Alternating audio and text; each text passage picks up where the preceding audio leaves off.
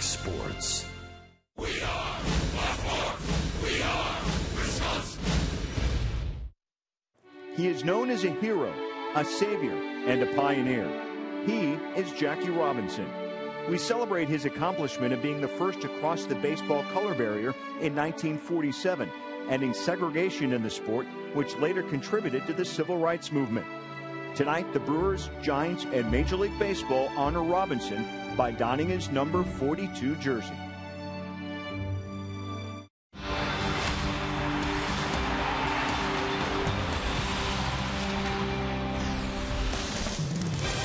Warm welcome from Miller Park here tonight. It is Jackie Robinson Day in Milwaukee. 66 years ago yesterday, Jackie Robinson broke the color barrier. The Giants and Brewers will both wear the number 42 on their jerseys to honor Jackie Robinson and his Hall of Fame career with the Brooklyn Dodgers that began back in 1947 and set history not only in baseball but here in America for segregation. Hi, everybody. I'm Craig Kashon alongside Davey Nelson. And, Davey, your hero was Jackie Robinson. You grew up in California. You were able to follow his career. What kind of an impact did he have on you? Well, he had a tremendous impact on me, partner. I mean, when I signed a professional baseball contract in 1964, and my first place I went, I experienced a lot of prejudice. Restaurants wouldn't serve me, and there was 5 African Americans on the team. And I was going to quit and go home, and my mom said, hey, wait a minute, are you going through what Jackie Robinson went through? And I said, well, not exactly. She says, well, then what are you going to do?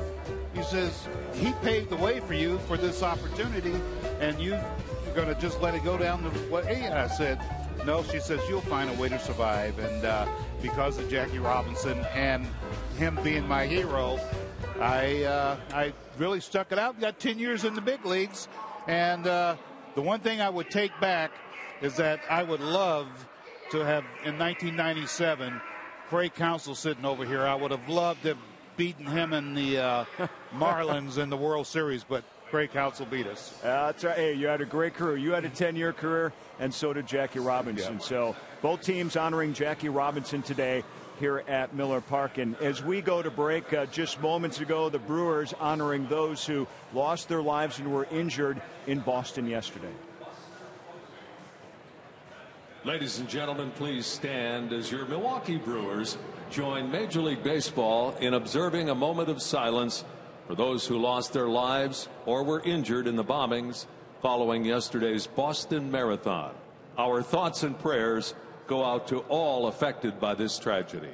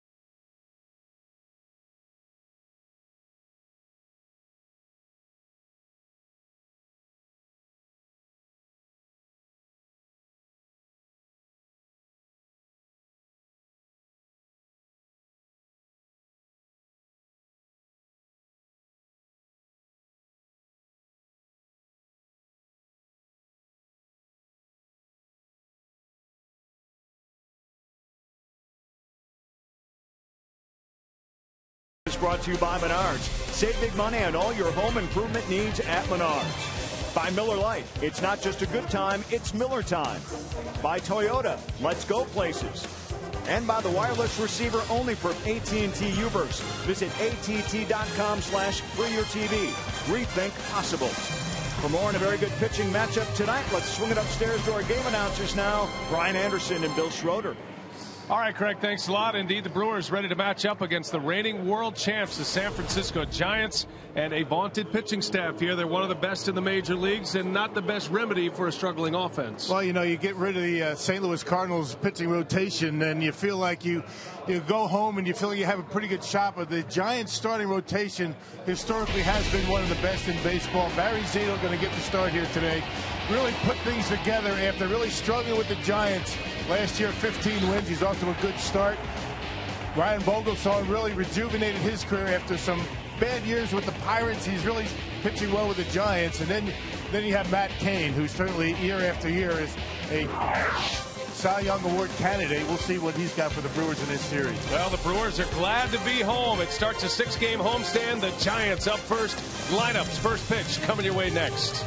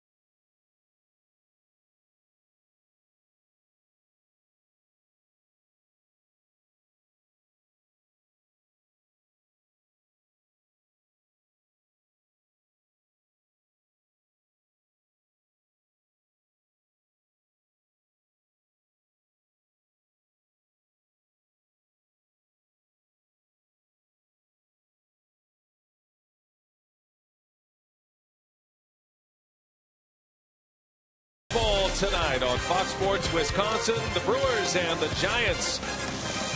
On Jackie Robinson Day here in Milwaukee, officially yesterday in Major League Baseball, but these two teams were off yesterday, so all of the players on both teams, the managers, the coaches, and the umpires wearing number 42 to honor Jackie Robinson.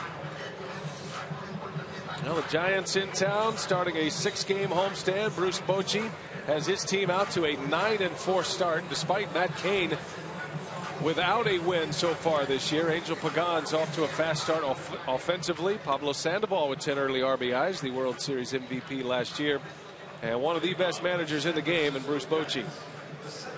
Here is his lineup today. It's brought to you by Piggly Wiggly. Angel Pagan, Marco Scutero, Pablo Sandoval lead off, and then the middle three, Buster Posey, Hunter Pence, and Brandon Belt. Bottom of the order for Bochy is Blanco, Crawford, and Zito. The stylish left-hander Barry Zito, and that's the lineup that will face Willie Peralta, start number 3 tonight, partner. Yeah, still looking for his first win, although he did pitch very well against the Cubs his last time out. 6 2/3, allowed only 2 earned runs. He struck out 5 and did not allow a home run. Now Peralta ready to go. He last pitched on a very cold night at Wrigley Field in his first offering is in there for strike one to Angel Pagan. And away we go tonight at Miller Park. Great to have you with us on a Tuesday night. If you're enjoying your day and your evening. And there's strike two from Peralta.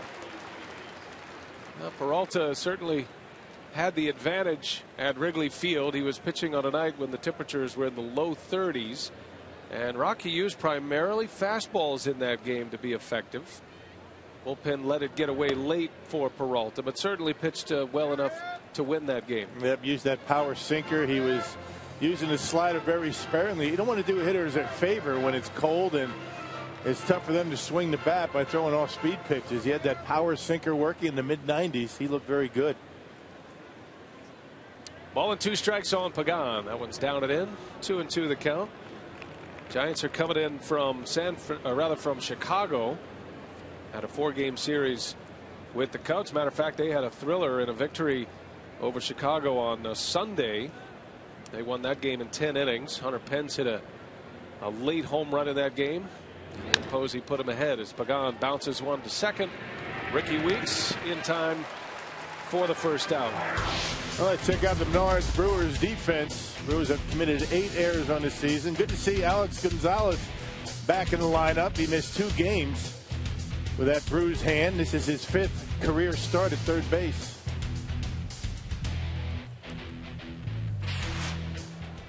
Alex Gonzalez missing a couple of games, certainly using the off day to his advantage. And he says he's back at 100%. Took batting practice, participating in all the normal drills today. His hand just needed a little time to settle down. He's very fortunate that the hit by pitch did not result in a broken bone in that hand. And he feels very happy that he's able to continue the season. Marco Scutaro at the plate for the Giants. A hot hitter lately. Rocky got off to a terrible start. Scutaro, the NLCS MVP from a year ago. He started the season with just 2 hits in his first 23 at-bats. But hitting .440 since. He's 11 for his last 25, so he has obviously found something at the plate. Yeah, very important for the top of the order to get on base. Bouncer, nice play over there by Betancourt, and he goes to the bag for out number 2. Hey, talk about offense. The Giants right now, right behind the Colorado Rockies in team batting average. The Giants are second at 272. That's a bit of a surprise. Normally, Bruce Bochy's ball club, not much of an offensive team and rely on good pitching, but they're getting very good offense so far this year. And the Giants aren't getting a lot of production by way of the home run ball either. Sandoval has a couple of home runs for San Francisco. Hunter Pence leads their club with 4. But as a team, we showed you that graphic on their team summary. The Giants have just 7 home runs this season. So that means they really are producing a lot of runs and doing it in ways other than long ball. Yep, tied for next to last in the National League. The Brewers only have 7. You know, the Miami Marlins, 2 home runs so far this year. That's amazing. And they're off to a brutal start in Miami. They are 2-11 so far this season. Sandoval. You might notice Sandoval is wearing a bigger jersey this season. He's actually put on a few pounds, and certainly something he will deal with throughout his career, and he's admitted that. He came to camp last year in great shape and had a great year.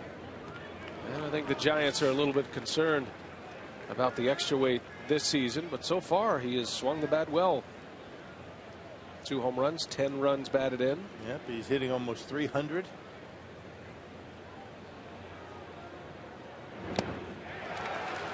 Well, he's never going to be a skinny guy, but the Giants, ever since Sandoval came to the big leagues, have always kept him on, or tried to keep him on, a specific plan to keep his weight down or manageable.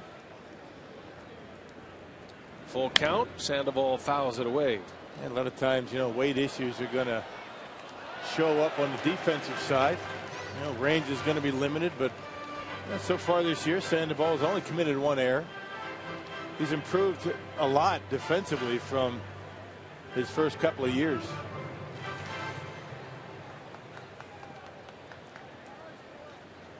Three-two pitch. Sandoval fouls it away, slicing into the seats.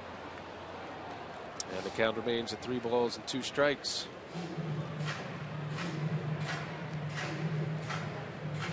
Well, you couldn't have more polar opposite pitchers than we have tonight. And the crafty Barry Zito, the left-hander, against the power right-hander, the young Willie Peralta.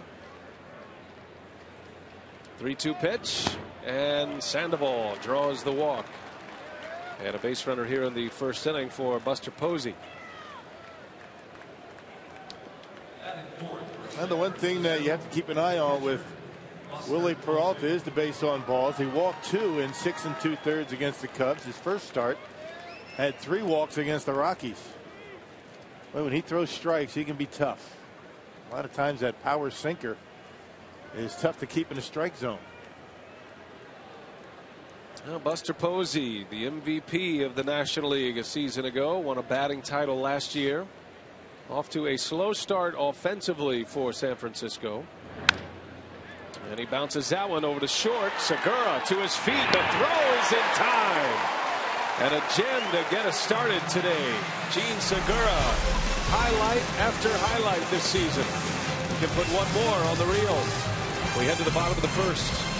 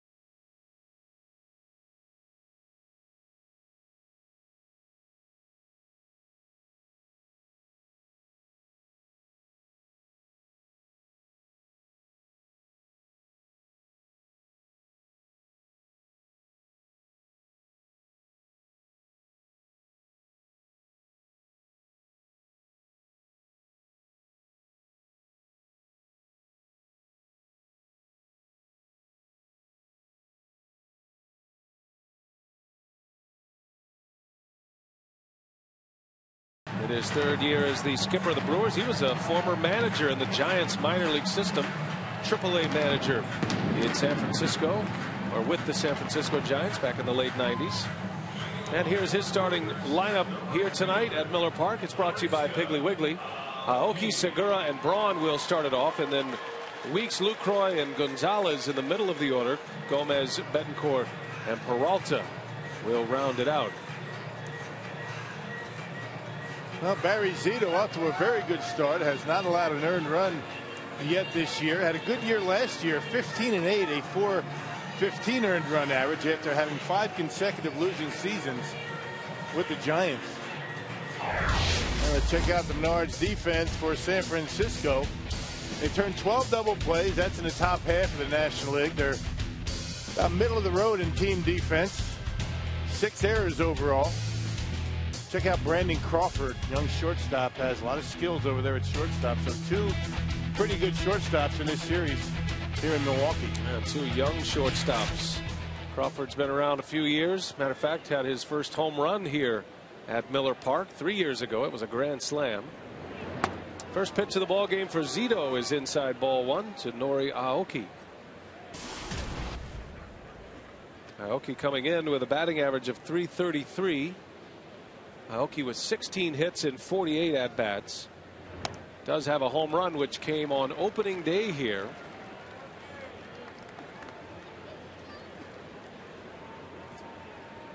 He cooled off somewhat on the road trip. He and Segura were both either at the top or near the top in the National League batting average leaders for a good part of the first couple of weeks. Segura has maintained that spot. He is the league leader in batting average, while Aoki has cooled somewhat at the plate, but still off to a very good start this season. Doing just what you want a leadoff hitter to do. His on base percentage will go up. It is near 400, and he's aboard to start this one. Yeah, really nothing wrong with the top of the Brewers order when you look at Aoki, Segura, Ryan Braun. Other guys had to get it going. When you talk about the contrast in styles, Barry Zito throws his fastball around the same speed that Willie Peralta throws his slider.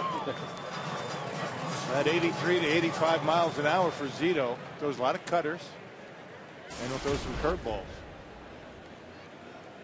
Well, a man on for Gene Segura.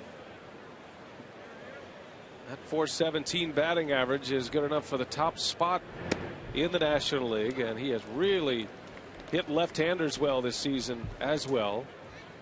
He's 7 for 12 against lefties this year, a 583 batting average. And one of the reasons for that is he uses the opposite field very well. Most of your left-handers are going to try and sink that ball off the corner. Segura does a very good job of taking it up the middle and into right center.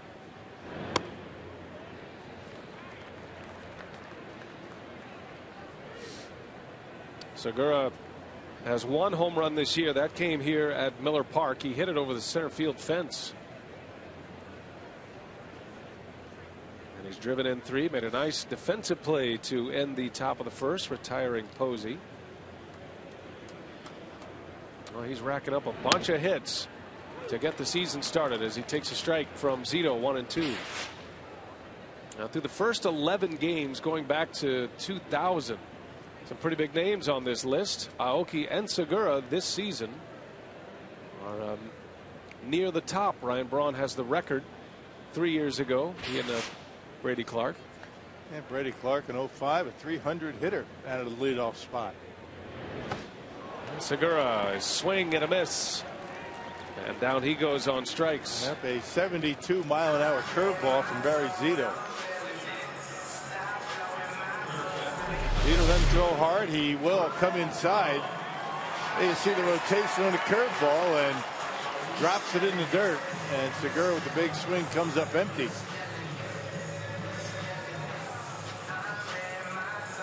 So the first out for Zito. And here is Ryan Braun. Now Braun hit his second home run on Sunday, a big one at that. Brewers had an improbable comeback win in St. Louis to salvage the final game of that series. Both of Braun's home runs this year have gone to right field. Hit one here in game 2 at Miller Park, and then he had another one on Sunday in St. Louis, and that was an 8th inning home run that brought the Brewers within a run, a game they would go on to win in 10 innings in St. Louis.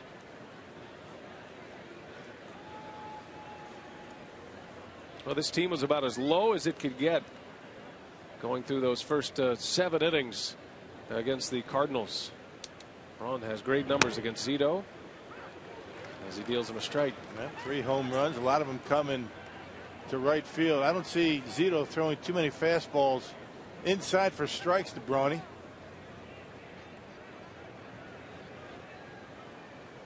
You mentioned that cut fastball that Zito has started to throw. He picked it up last year, and that has really changed his game. It's rejuvenated his career. That might have been one right there as he fouls it back. Well, we check the Powerball home run count brought to you by the Wisconsin Lottery. And this was Braun's second, and that home run snapped a scoreless streak of 32 innings for the Brewers offense, which was a franchise record, is a franchise record. And Braun wiped it out with one swing of the bat. An 8th inning home run off Trevor Rosenthal. Yeah, on a fastball at about 96 miles an hour. And Braun chases one out of the zone. So back-to-back strikeouts for Zito. Aoki's still at first base with 2 gone now, and that'll bring up Ricky Weeks. Zito's command much better, not walking batters by design, up and out over the plate.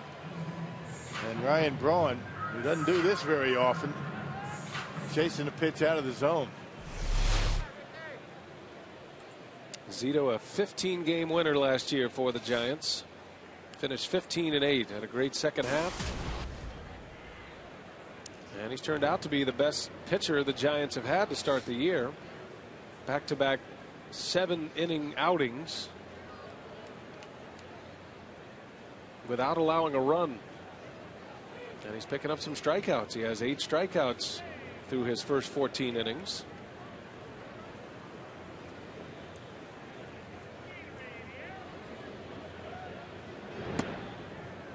Ricky Weeks takes a strike.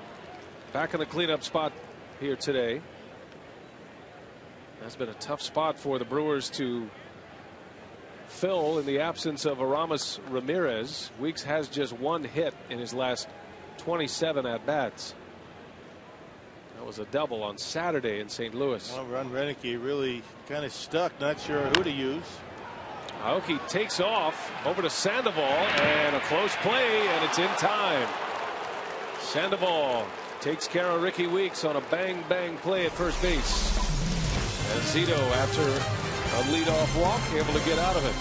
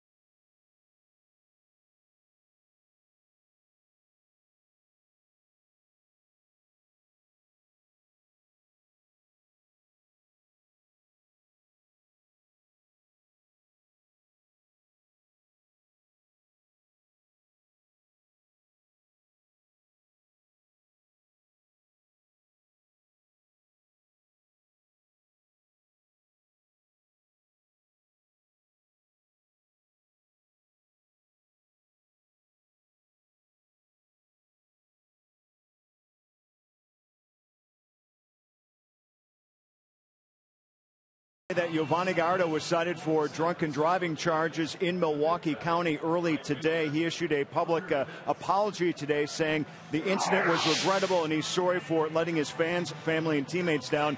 The team had this to say: "We have been made aware of the situation with Giovanni, and we take this matter very seriously. We have expressed our disappointment to him and know he understands that behavior of this nature is not of great concern to everyone. It is of great concern to everyone in the organization. Giovanni has acknowledged the seriousness of this incident and is taking full accountability for his actions." Yo expected to make his scheduled start on Thursday at this point. Brian? All right, Craig, thanks. And certainly not the news anybody wanted to see here in Milwaukee today, and hopefully Giovanni, who seems sincere in his apology, will be able to turn the page and respond the right way. And we're going to have Gord Ash on next inning, the Brewers assistant general manager. We're going to talk about a lot of things, but I certainly would like to hear his thoughts and what the plans are for the organization with Gallardo moving forward, specifically when he will pitch. And it is expected that he will pitch on Thursday for his scheduled start. A lesson to be learned for everybody. And that's something that can't be tolerated, and we'll see how Giovanni and the entire club responds to that. Well, Peralta back on the mound. Hunter Pence leading off. He's down in the count. And as it evens 2-2, This has been the dangerous bat as far as power goes with the Giants. Pence finished 5th in the National League last year in RBIs, his first 100 RBI season. And Pence with 4 home runs to start this season. Well, that pitch didn't miss by much. And big home runs, big hits for Hunter Pence so far. And didn't miss that outside corner by too much. And a 3-2 is swung on and tipped into the mid of Lucroy for a strikeout. That's that power sinker we're talking about at 94 miles an hour. Looks pretty good when it's getting to home plate, but once it gets to about the cutout, starts to take a bit of a dive, and Hunter Pence swings right over the top of it. Missed it by about 2 inches. That is a good pitch. And when Peralta's going right, you'll see a lot of strikeouts, but you'll also see a lot of ground ball outs. He can really get the game moving. He combines the 2 things that every pitcher desires, and that's a sinker, and as you mentioned, Rock, a power sinker with something on it. Yep. Good life and good velocity. Brandon Belt at the plate for the Giants. I guess if you're Rick Kranitz and Ron Rennick, you'd like to see some outs early in counts with Peralta, maybe trying to sink that pitch a little bit further up in the zone early on. Get some ground balls. And you're a strikeout pitcher and you're working the count deep to a lot of hitters. I mean, that pitch count can creep up on you quickly. And that was one of the areas in Chicago that at least early in the first 4 innings of that game, Peralta was really humming along because he was using mostly fastballs and getting a lot of ground ball outs early. Nice play back there from Lucroy. Well, Willie Peralta is a work in progress. He continues to get his feet wet in the big leagues. And for more on Willie, we check in with Mark Kunkanen. How you doing, Mark? Doing great, B.A. Ron Renicky impressed with Willie's stuff. He told me it's been a journey of discovery. Renicky said Willie had great command at the end of last season in Nashville and in Milwaukee. But Renicky says the team is still watching to see if Willie is a slow starter or if he's just young and still getting into his body, figuring out his mechanics and trying to repeat good stuff pitch after pitch. I guess that's all part of life when you're 23, guys. Yeah, it's a learning experience from the beginning on. I mean, he learned a lot last year. I mean, early struggles and found some success, and I think that he learned something in spring training as he started to get ready for the season. I think as he matures and as he understands how to pitch at this level with the help of Rick Kranitz, I think that you're going to see that pitch count go down for Willie because he's got that kind of stuff. He doesn't have to be so fine when he has that sinker going down in the strike zone like it does. Well, Peralta was in the big leagues last April as a reliever. That one's hit hard by Blanco, but Aoki playing deep right there to make the catch. And Willie has a 1-2-3 second inning.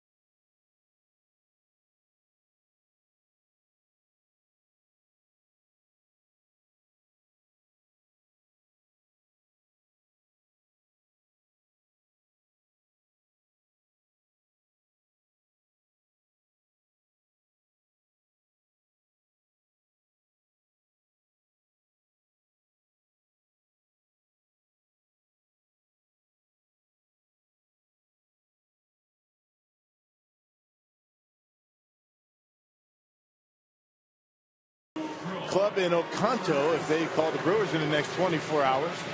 Flips Country Club gets 40 Miller Lite beer pen tickets to a Brewers home game this year.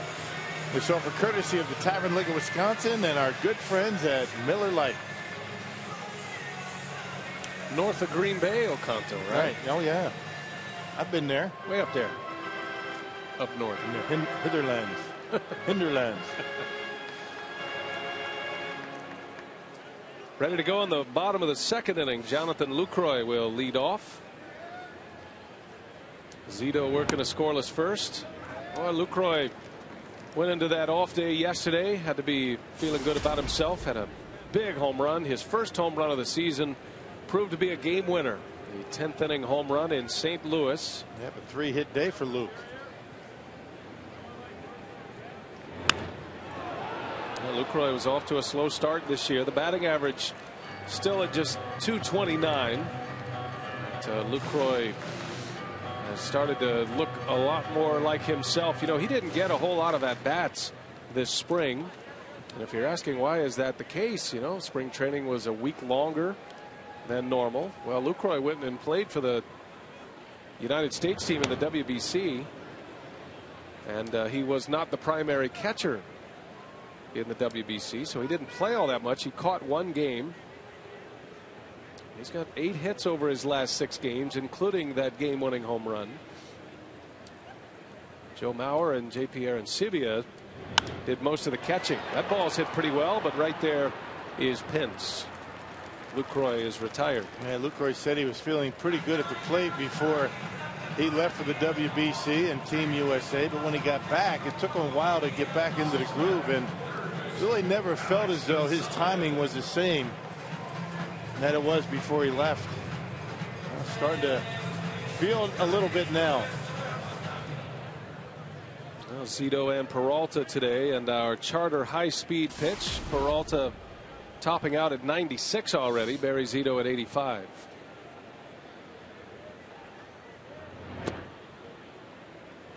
Zito's been a great study in the art of pitching. And as his career was starting to look pretty bleak, and I'm sure there were discussions about releasing Barry Zito, or at least eliminating him, not just from the starting rotation, but the active roster. You know, he has signed a long-term deal. It was a 7-year contract. But he found it again. And there's a very long streak going with the Giants and Barry Zito. 16 consecutive wins for the Giants when Barry Zito is the starting pitcher. That's team wins. Right. While Zito is starting, so they haven't seen a lot of the right side of the column with Zito on the mound. Man, this is the last year of his contract, so perhaps another good season. Zito might find himself on another team. Gonzalez strikes out, and Zito already has 3 strikeouts. And that last one up in the strike zone, 81 miles an hour. That's the cutter. The four-seamer will get up to about 85. There you see the cut on that pitch. You can see a good look at it there. Up out of the strike zone, and the second time a Brewer has swung at that pitch out of the zone upstairs.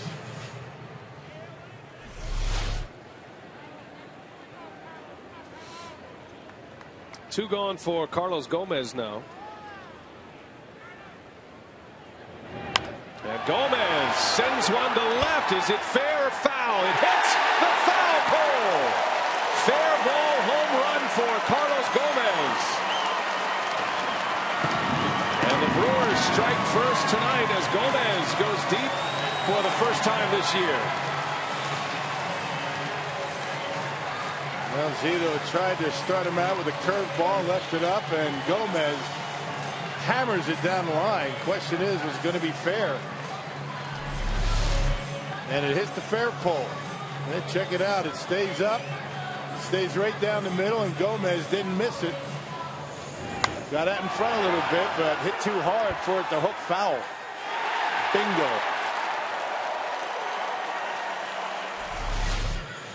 Zito just trying to get one over for a first pitch strike, and Gomez was ready for it. 1-0 Brewers.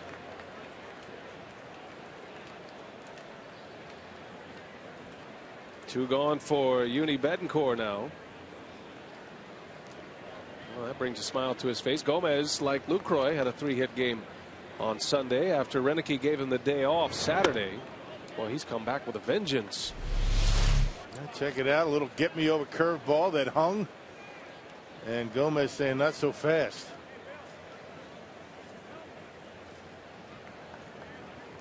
Kind of took his time around the bases that time. He normally races around. Maybe he's got a new thing this year. Yeah, maybe enjoy him a little bit more. Of course, that baseball was hit so hard, he didn't really have an opportunity to get out of the box quickly. Betancourt pops this one up. Out is Scudero to make the call and the catch. Side retired, but the Brewers strike first. Home run number 7 of the season is Carlos Gomez with number 1.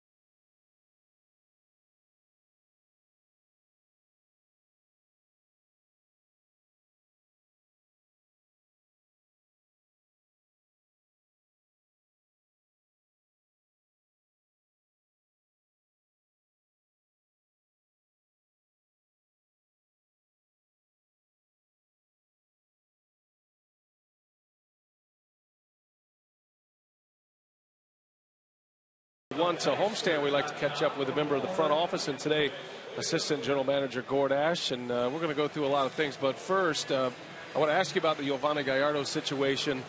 We've seen the statement from the club, but as it pertains to moving forward, is there action that is going to be taken against Gallardo by the club, or can we expect him to pitch on Thursday again? Well, I certainly at this point expect him to pitch on Thursday. He's certainly remorseful for what happened. We're disappointed with what happened, but it's happened and we have to move forward. And there's some procedures in Major League Baseball that he'll have to address. And whatever the club decides to do, we'll do privately and behind the scenes. I know it's a tough thing to talk about and answer. No call you want to get, certainly, after an off day. So let's talk a little bit about the Brewers so far this season, and it has been a rough start for the club. But as you and Doug Melvin and your team of baseball operations personnel get together, what are some of the things that are on your mind right now that you're seeing from the club and what you're hoping here on this homestand? Well, you know, first and foremost, we want to get healthy, and that's going to be a big chore for us. I think we're up to first baseman number 4 now, maybe number 5. So that's been a tough position for us, and you know, trying to balance the roster. There are rules that prohibit us from just at will adding players. We can only control 40 contracts, and that sometimes stymies us in some of the things that we'd like to do just because of the way the roster is constructed. So this is where you need depth, and depth is hard to come by, especially at this time of the year. Yeah, how about a little bit of an update on some of the injuries? Aramis Ramirez, where is he at? When do you expect him back? And saw Corey Hart in the clubhouse today. What's going on with Corey? Yeah, Dr. Rosh, our team physician, was here today and set up his MASH unit downstairs, and he saw all of the players, and certainly Aramis is coming along very nicely. Dr. Rosh is very pleased with what he sees, but still probably going to be a couple of more weeks yet. Strength in the ligament, but still a little tender, so he wants to be cautious, as we've talked about after the initial injury in spring training. Corey Hart, a fabulous report today, is progressing very, very well on time for that end of May that we hoped he would be back. Jeff Bianchi currently on our DL and maybe forgotten about, but he's on injury rehab assignment in Huntsville and will move to Nashville later in the week. So we're making some progress on the injury front. How about Chris Narveson? I mean, how long is it going to be for him? That's a tough injury, that middle finger. Yeah, it is. I don't know if the fans will recall, Ben Sheets had something similar a few years ago, and he was about 6 weeks, and Dr. Rosh again examined him today, and Chris is doing a little better than Ben had at the same point in time, but we still expect it to be 6 weeks, and hopefully he'll be back in order at that time. Willie Peralta against Brandon Crawford. Weeks is over. Nice play, but cannot get it out of his glove. And that's going to work as an infield hit for the Giants shortstop. And that's the first hit against Willie Peralta. We're visiting with Gord Ash. We'll try to rapid fire him some questions when we get a chance to sit down with him. And Gord, because of all the injuries, you know, and we spent our time in spring training, but it does send us scrambling to learn some of these players in the minor leagues maybe a little faster than we thought we would. And I know you have a great knowledge base of what's going on down in the minor leagues, but what are some of the names and what are some of the success stories so far in the minor league system? Well, I think at AAA Nashville, like all clubs early, they're battling the weather, but you know, they're 3 games under 500. I think they've only played a handful of games. But 2 names that are recognizable: Scooter Gannett on the offensive side, has gotten off to a great start at AAA. And Hiram Burgos, a right-handed pitcher. Both the players were with us during spring training and showed well. Those are a couple of guys that are performing well there. Hiram doesn't have a win to show for it, his outings to this point, but he's got a nice ERA, and the league's only hitting 200 against him. So that's a good report there. In AA Huntsville, 2 young players. Jimmy Nelson, who was a second-round pick in the 2010 draft, has pitched very, very well. And Kentrell Davis is a name, also was with us in spring training as a non-roster invite, has gotten off to a nice start there as an outfielder. So those are a couple of the features, but you know, really early on the play has been disrupted with rainouts and snowouts and windouts, and it's just been difficult for these clubs to get themselves in a routine. And we're very fortunate here in Milwaukee to have the roof and the stadium that we do have that allows us to play games on a regular basis. Maybe you guys should put a roof on that Appleton ballpark. 5 games have been postponed due to weather. 5 games, but I'll tell you, I was up there Saturday and dodged some of the snowflakes. They played a doubleheader, make-up doubleheader, but they've done a fabulous job on that ballpark. They didn't put a roof on it, but they added a second floor and a great banquet room and some private suites, and they improved the clubhouse. And I'll tell you, for a Class A affiliate to have the kind of facilities the players have there, I think is a real credit to what they've been able to do in Appleton. You know, 2 guys that we saw in spring training. I was going to ask you about Johnny Hellwig. I mean, there's a guy that he's got a difference-making fastball. I guess another pitch would help him, but you know, Johnny Hellwig and Hunter Morris. What's the story with those 2 guys? Well, you know, both first time in AAA, so there's an adjustment period for them, and both have had flashes. Hunter's hit for some power. He's got 3 home runs, and you know, he's scuffled some other games, but overall he's done well. He's hitting .250. I talked to Bob Scooby, our hitting coach there today, and you know, he's impressed with what they've been able to accomplish offensively with as little work as they have received to date. And Johnny Hellwig, you know, Fred Dabney, our pitching coach there, just absolutely loves Johnny Hellwig, and he's going to be and can be a dominating type pitcher. Hellwig coming to the Brewers in that Zach Greinke deal. That one's banged back up the middle by Pagan. And Gomez's throw is off the mark, and a run scores. The Giants have tied it up. So a base hit to start the inning, an infield hit, then a sac bunt. Pagan delivers the RBI for San Francisco, and we're all even at 1. Man, that's exactly what the Giants do. You know, they get a base hit, they bunt them over, and then you know, somebody gets a base hit. They don't rely on the long ball, but they hit when it counts. And Brandon Crawford able to score on the base hit by Pagan. Gord, tell us a little bit about what your thoughts going forward with Willie Peralta. He seems like he's got electric stuff, and I guess if you're speaking as an organizational guy, which you are, you'd like to be able to see him perhaps get out to early and count with that big sinker. Well, you would, but you know, I think this, you know, he had a little bit of a taste of the big leagues last year, but this is really his first full season, and there's going to be a learning curve, as there is with most young pitchers. But he has enough stuff to get by. He's going to probably makes some mistakes, but his stuff is of such caliber that he'll escape, I think, big damage. What he needs to do and what he worked on a lot last year is staying focused and making sure that he's lined up to the plate. Sometimes he'll get a little off kilter, and that'll wreak havoc with his command. But if he can stay in direction to the plate, he'll be a lot better off. And you know, I think each time out he's done well. Obviously, the game in Chicago was his best game to date, but even the first game, I thought he threw well and kept us in the ball game, and that's what you're looking for from a young pitcher.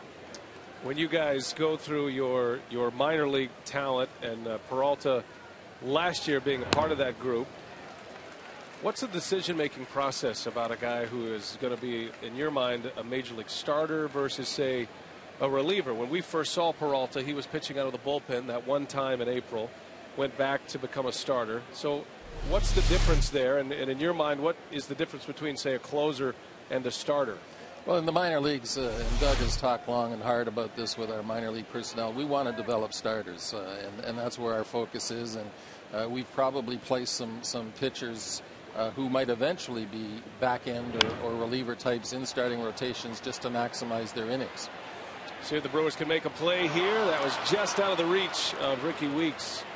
Tried to make a sliding catch, and Scudero will get a new swing at Peralta. Count remains 0-2. So there's oftentimes been young players come to the big leagues and have been a starter in the minor leagues, come to the big leagues, work out of the bullpen. Tyler Thornburg comes to mind. He did that last year, went back and is starting now. And really, that's where our focus is. If you're a failed starter, there's that ability, if you have good stuff, to pitch you in middle and maybe short end relief. But overall, our goal is to develop as many starting pitchers as we can. Visiting with Gord Ash, assistant general manager. Something we like to do each homestand, to catch up with everything that's going on in the baseball operations side, not just what we see here in the big leagues, but also in the minor leagues. Peralta has allowed a run in this inning. That goes on Gord's season line for the year. His ERA, his broadcaster ERA. You did some broadcasting back in your day, didn't you? Some fill-in. I know you worked with us, but I mean back in Toronto. A little bit there. They had a regular weekly show that I was able to participate in, and then my year out of baseball, I spent some time doing this as well on the Sports Network in Canada. So a little bit of experience, but a little rusty, I must say. You can tell he's pretty smooth. I mean, he's prepared. He is a smooth operator. Gord Ash. And that was a song, wasn't it? Yes, yes. A guy who's seen a lot in this game. Former general manager of the Blue Jays. You came up through, I think you did, you held every single job in the Toronto system? I had a few, yes. I had a few. I was one of those fortunate individuals that got my foot in the door doing whatever it was that needed to be done, and at that point it was groundskeeping, and nice. was able to work my way up into finally to a point where they had seen enough. So they moved you off the field onto into the front office. Into the front office where Right. you can't harm anyone. Right. You guys have a great relationship. You and Doug have been together for a long, long time, and it is interesting to watch the interaction between you two. As Scudero bounces one to third. Look at Gonzalez. Throw to second is off the mark and into right field. Pagan will advance. Oh, that had all the makings of a brilliant play, but instead just one out, and it's going to be a throwing error on Gonzalez. Yeah, he did everything right, and he had to be quick, and he really couldn't hesitate on the throw to second base. Not sure if he had a play at first. You can see right there, a little bit off the mark. Ricky played it correctly. He was standing there as a first baseman would, not trying to worry about a double play, just a little bit off the mark. This Gord is where a little bit of the inexperience in some of these positions, you know, Betancourt and Alex Gonzalez, although they're certainly, you know, proficient infielders, but, you know, plays like that you're not used to making over at third base for Gonzalez. Kind of, that stuff shows up from time to time. It does. It's you know, he's played all of his games in the major leagues at shortstop, and you know, you're fielding a ground ball, and you might say it should be just the same, but it's not, because the throwing angle's different, and you know, just the repetition that you don't have sometimes takes a toll. Sandoval sends one into the gap in right center. Extra bases here And the Giants are going to get 2 runs out of that double by Sandoval. San Francisco leads 3-1. 3 runs in here in the 3rd inning, and that extends Sandoval's hitting streak to 9 in a row. Yeah, Sandoval very patient his first time up. He drew a walk from Peralta on a 3-2 pitch and not messing around. Looked like a slider. Slider down in his zone. Sandoval, just like most left-handed batters, they like that ball down. And he's able to find that gap, and good speed on the bases. He clears them. This is where Gordon, inexperienced, a young kid, gets himself in trouble and sometimes has a tough time getting out of it.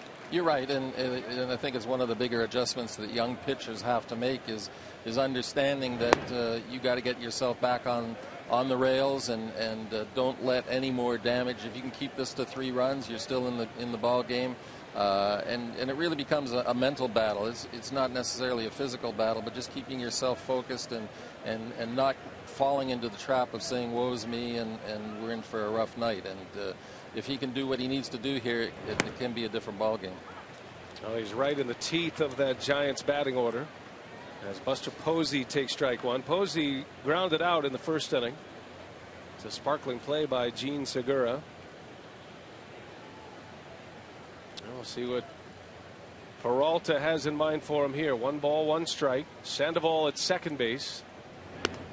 And it goes to 2-1. That play by Segura just reminded me he was only in the Brewers minor league system briefly, but is he the kind of shortstop that you thought he would be this fast, or has he even surprised you? No, I think he surprised us. I mean, obviously we liked him and made him the centerpiece of the Greinke trade, but clearly he's accelerated. He had a great winter ball, and he led the league there in hitting. He's doing that here this year so far. So, and what's most impressive to me is he plays with great instinct and almost of a veteran type player. All right, to Segura on cue for the 2nd out. Yeah, what a difference in the way he just carries himself, from, of course, you get called up and you don't know everybody. I mean, he was kind of feeling his way last year. I thought he did a pretty good job defensively. Maybe a little bit overmatched last year, but after winning that batting title in the Dominican, I mean, he came into spring training looking like a different kid. Yeah, he's got a lot of confidence. He feels like he belongs, which is important, and he's made some great plays. And we saw one earlier here. We saw one on the weekend where he made a great relay throw. So, this isn't a guy that just is a one-dimensional player. He's not just an all-field player. He's got a great throwing arm. He can run. As we've seen from the triples that he hits, which are very exciting, and he's got some power, and we think he's going to be a heck of a ball player. And you thought he was going to be a number 2 hitter at some point. You didn't figure it was going to be this quick. No, didn't in fact didn't really want it to be this quick. But sometimes necessity creates these opportunities, and players take advantage of them. And he's handled it well. Now visiting with Gord Ash, spending a half inning with the assistant general manager of the Brewers. Giants have 3 runs in. Talk about the relationship with Ron Renneke, how much interaction goes on with you guys as far as personnel and all of these injuries that have happened here. Input from the manager and kind of how you guys interact with each other on a daily basis at this point. And that's the exact way to describe it. It's a daily conversation. Doug talks regularly to Ron, and he's very involved, and he involves his coaches. Gord, thanks for your time. Thank you. The visit. Appreciate it. Thank you. All right, Gord Ash, Gord. assistant general manager of the Brewers. The Brewers are down 2 as we head to the bottom of the 3rd inning.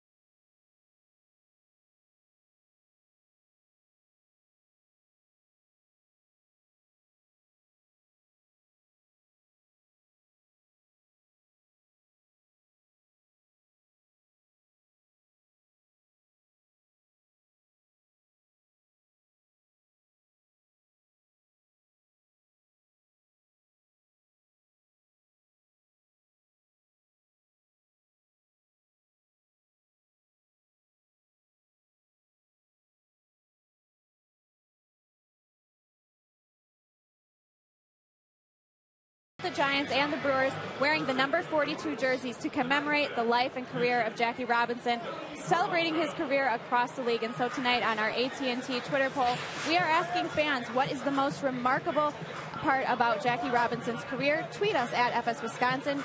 Use the hashtags Robinson Rookie of the Year, MVP, being elected to the Hall of Fame, or of course his social impact in changing the game. And Brian and Bill, appropriately, the game time temperature at Miller Park today was 42 degrees. How about that? That is very cool, very cool. And it is great to honor the legacy of Jackie Robinson. 66 years ago yesterday made his debut with the Brooklyn Dodgers. And there's a great film out right now called 42, historical film that stars Harrison Ford, among others. And if you haven't had a chance to see it, it's in theaters now. It is a great film, and it is very cool to see some of the different images. I thought the cinematography was fantastic, but just the story itself. And I think, Rock, there's a whole generation of young baseball fans, or just young people in general, as Willie Peralta shoots one into right field for a base hit. So wearing number 42, as are all of the players today. Peralta with his second hit of the season.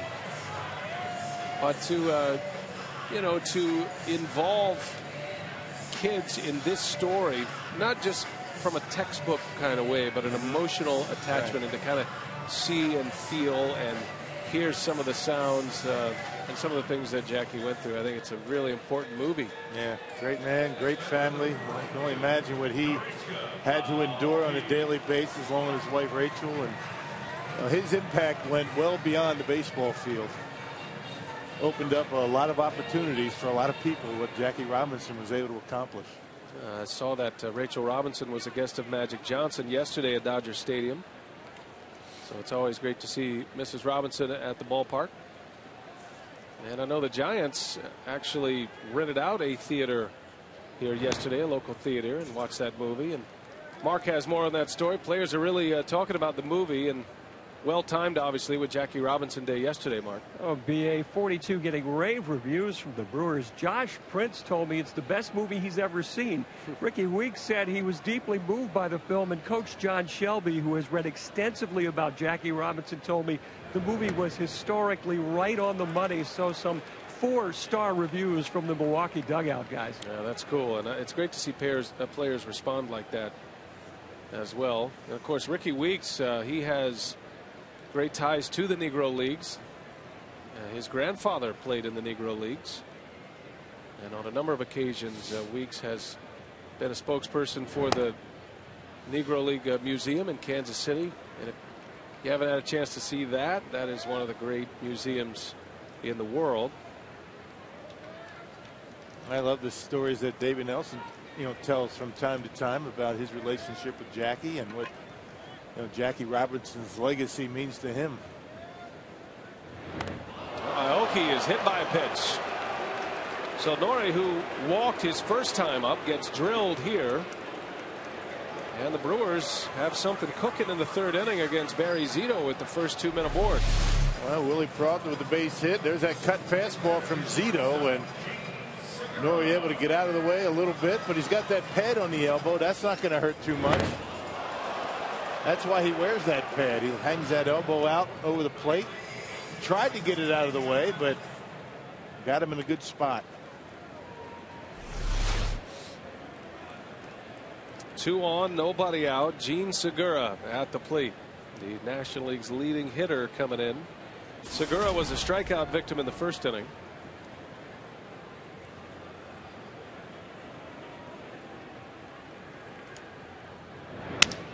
And Segura sounded like he broke his back. Crawford knocks it down. The ball skips away, and everybody will be safe. But Crawford saves a run with that diving stop. It's a base hit for Gene Segura. The hits keep coming for the rookie shortstop. Well, Crawford was able to keep that baseball close. Not that there was anybody at second base anyway. They both went after it. You can see Scudero was standing at second base. Had that ball stayed close, they might have had a play. Nice effort by Brandon Crawford.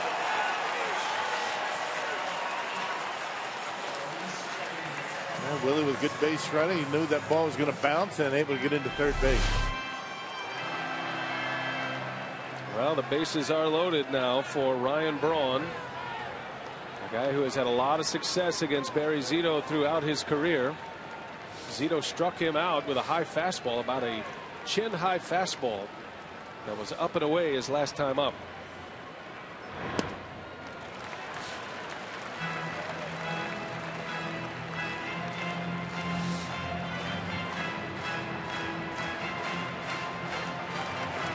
Peralta, Aoki, and Segura.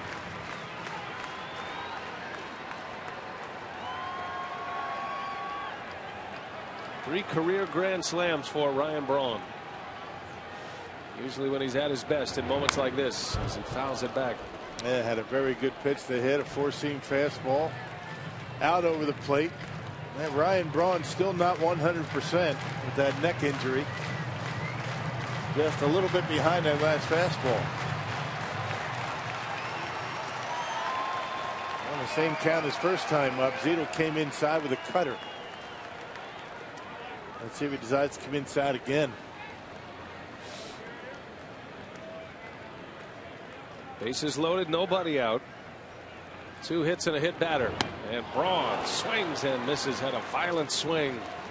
And it's 1-2. And it was a cutter. It was supposed to be in. He left it out over the plate. So Ronnie's had a couple of good pitches to hit in this at bat. Right down the middle.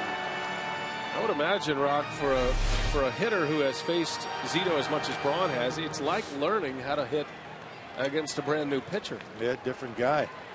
He's got that little wrinkle, that cut fastball. So the screws tighten up here. 1-2 the count. And Braun lays off this time. That was the pitch that Zito managed to get Braun to bite on his last time up and struck him out.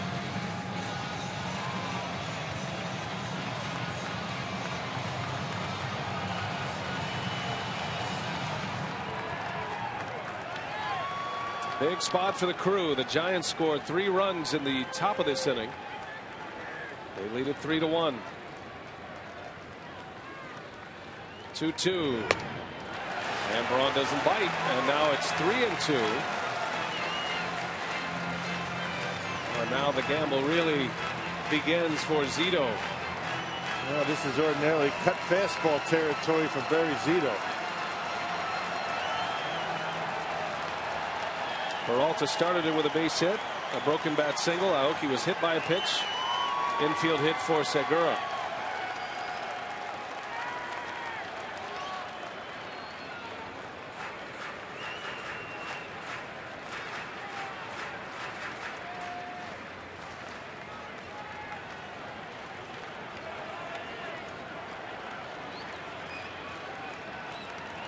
Payoff pitch, and Braun strikes out.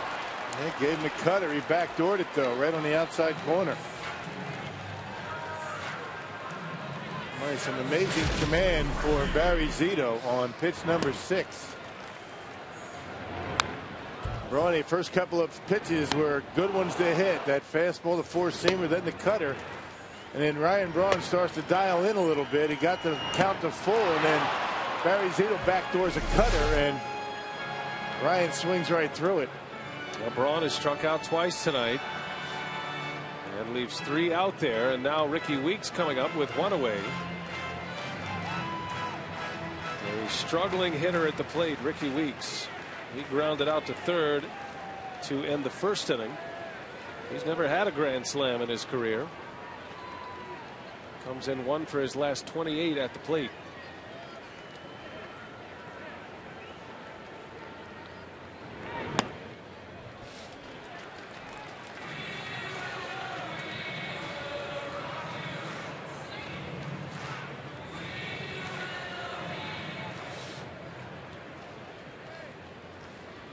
This crowd is quiet now, despite just 1 out, and the base is loaded.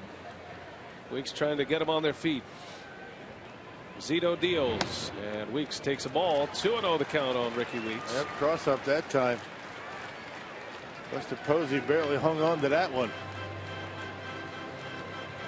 Fastball in. He was expecting something else.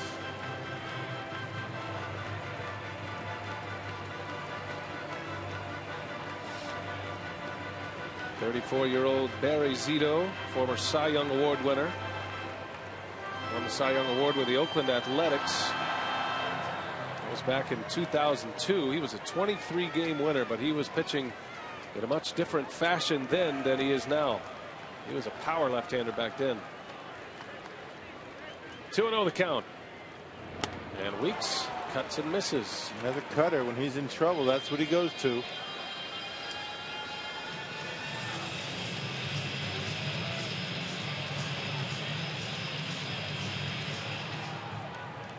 Well, there's a reason Zito is off to such a great start. Has not allowed an earned run, or hadn't allowed an earned run until the Gomez home run back in the second inning this season. And now Weeks in a 2-2 count as Zito has come right back.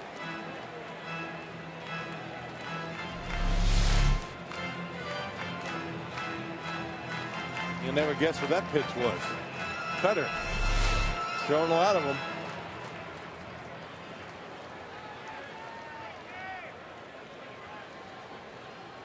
Two and two to Weeks. Base is still loaded.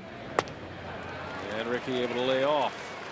And you see how he uses, this is a perfect example here with Braun and Weeks, how he uses the cutter and the high fastball. Puts him in the same spot.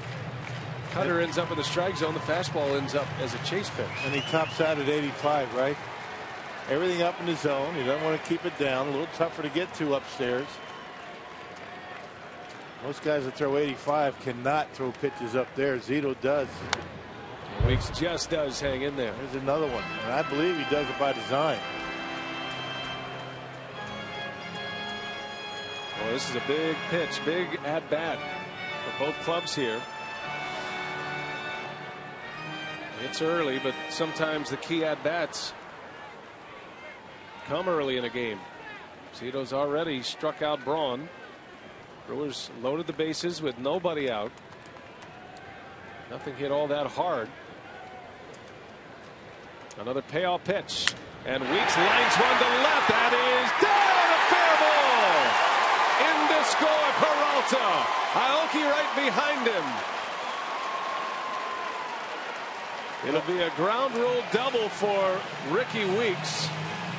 Now you know why Barry Zito elevates that pitch, because it becomes a lot more hittable when it's down. That cut fastball was down, not a bad pitch. Watch where it ends up. It's going to be down in the zone, and Ricky hammers it down the line. It hits the chalk line, and 2 runs are in. So when he elevates that pitch up around the belt and around the letters, he gets the swing and a miss. Down in the zone, you saw what happened. Big hit for Weeks, 2 RBI double. And the Brewers have tied it at 3.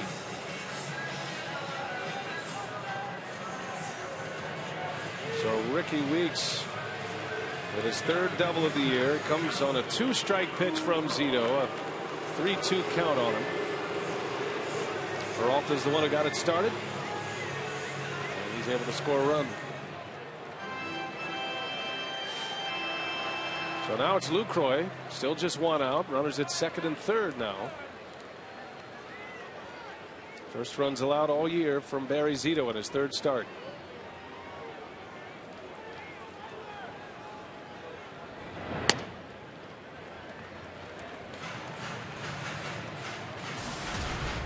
Well, you wonder if a hit like that has to do a world of good for Weeks' confidence. Typically a confidence player. He doesn't really struggle in that category, but I think anybody would feel the heat going 1 for their last 28. I think his next time up is going to be a lot more relaxed. You saw the difference in location with that Barry Zito cutter and the results. Not often a guy that throws 85 miles an hour is going to try and pitch upstairs, pitch up in the strike zone, but Zito does. Lucroy trying to give the Brewers the lead here. 2 in, still just 1 out. And Lucroy back up the middle. A base hit Segura is in. Here comes Weeks. The throw from Pagan. Not in time. A 2 RBI single for the red-hot Lucroy. And the Brewers have a 5-3 lead. The way he stays back. Well, he's talking about him starting to feel it a little bit. We saw it in that Cup series. He was swinging the bat better. Got some hits in St. Louis, and there's that cut fastball down again. And Lucroy able to hit it hard into center field. Well, Jonathan stays back nicely. The knob of the bat leaves the barrel and bangs it right back into center field. Lucroy 1 for 2 tonight. RBIs number 5 and 6 for Jonathan Lucroy, and he gives the Brewers a 2-run lead. Still just 1 out. And here is Gonzalez now, who was a strikeout victim back in the 2nd inning.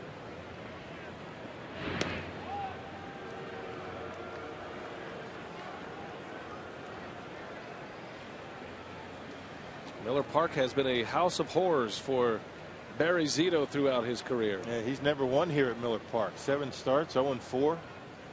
Earned run average over 7.5. Into left field. That's going to get down. Gonzalez with a base hit. So Alex Gonzalez in his return to the lineup after missing 2 games. A single here in the 3rd inning. And the Brewers now with 5 hits in the inning. That is a changeup right there. One of the few changeups that he's thrown, and Alex Gonzalez able to wait back long enough and hook it into left. So the Brewers are hitting everything from Zito. Gomez hit a curveball out of the ballpark. Now that was a first pitch curveball in the 2nd inning. Starts him with a fastball this time, and Gomez cuts and misses. First home run of the year for Gomez. He banged it off the foul pole in left field.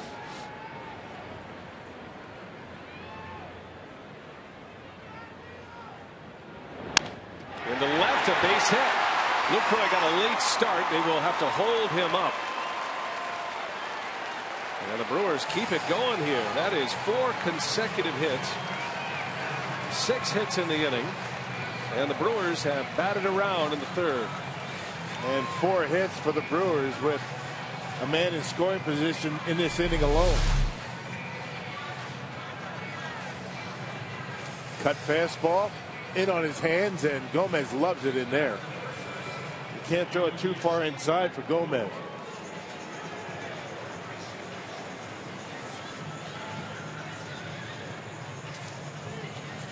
Now Lucroy and Gomez each with 3 hit games on Sunday. Gomez now with a pair today. And that sets the stage for Uni Betancourt. Bases loaded, 1 out. Betancourt had a huge hit in St. Louis. He tied the game with an RBI double in the 9th inning against the Cardinals. Drove one through the gap in right center. Made some sparkling defensive plays as well. And Betancourt sends that one deep to left. Did he get it? That ball is up and out of here. Uni B with a grand slam.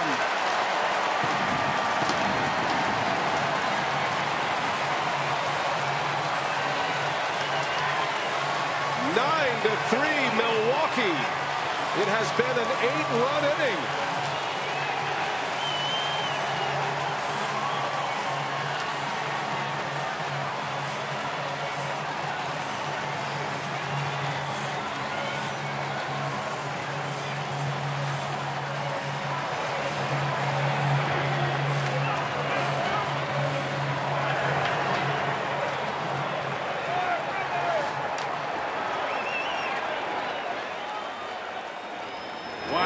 What an inning. There's strike 1 to Willie Peralta, who started all of this. And a changeup again. The same pitch that Gonzalez got the base hit. Betancourt stays back on it, knocks it out of here on the line. That's Betancourt's 5th career grand slam.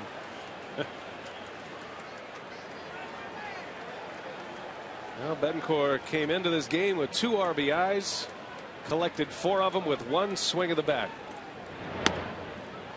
Boy, what an inning. Peralta takes a called strike 3. Yeah, Barry Zito's ERA goes from 0.00 to just under 5 in 2+ innings, and just barely able to get it high enough to sneak it over that wall.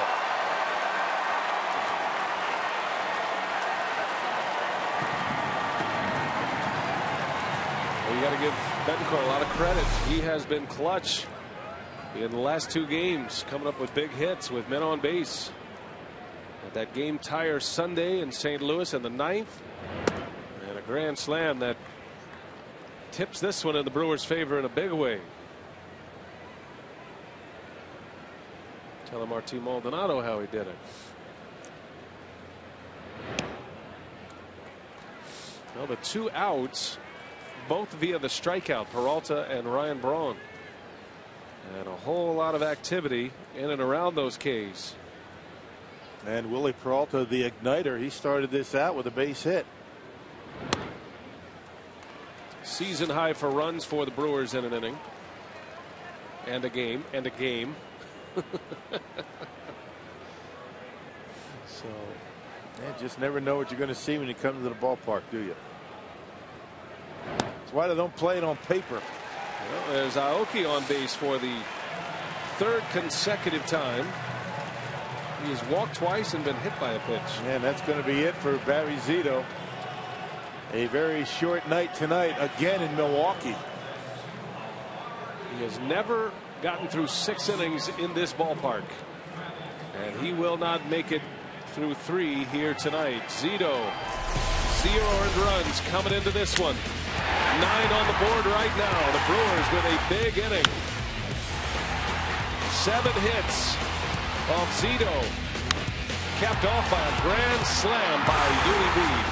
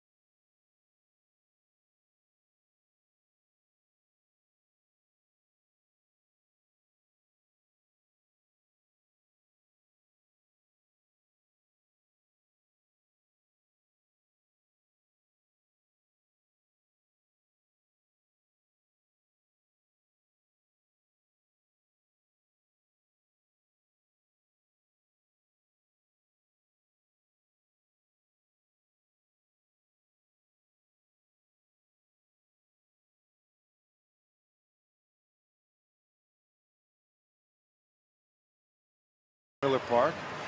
Come out to the ballpark as the Brewers host the Chicago Cubs this weekend. For tickets, call 414-902-4000 or visit Brewers.com. Well, what a box score. It's been a busy one, brought to you by Subway. And look at all the activity. Only Braun and Aoki without hits, but Aoki has been on base all 3 times.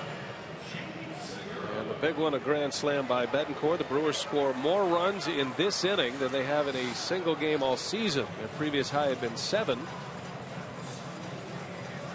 That resulted in a victory last Monday at Wrigley Field. So the Brewers keep it rolling here. This is the 12th batter of the inning. 7 hits, a walk, a hit batter. Chad Godin is the new pitcher for the Giants. Zito is out. So far, 9 runs all earned against him. I mentioned that Segura I called him the Brewers rookie shortstop. In fact, he is not a rookie. I beg your pardon for that. He played in too many games last year to qualify. That was pointed out by Mike Vasallo. Thanks for catching the error. After a nice week off, he's on top of his game over there in the media relations department.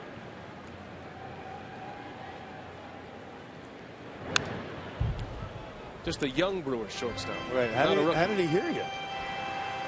Does he watch TV while he's working? Might be holed up in his office. Wow. He's a busy guy, you know. He's filling out credential requests and things like that.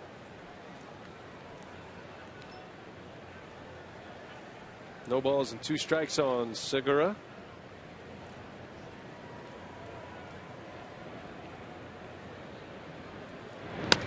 And Godin misses outside.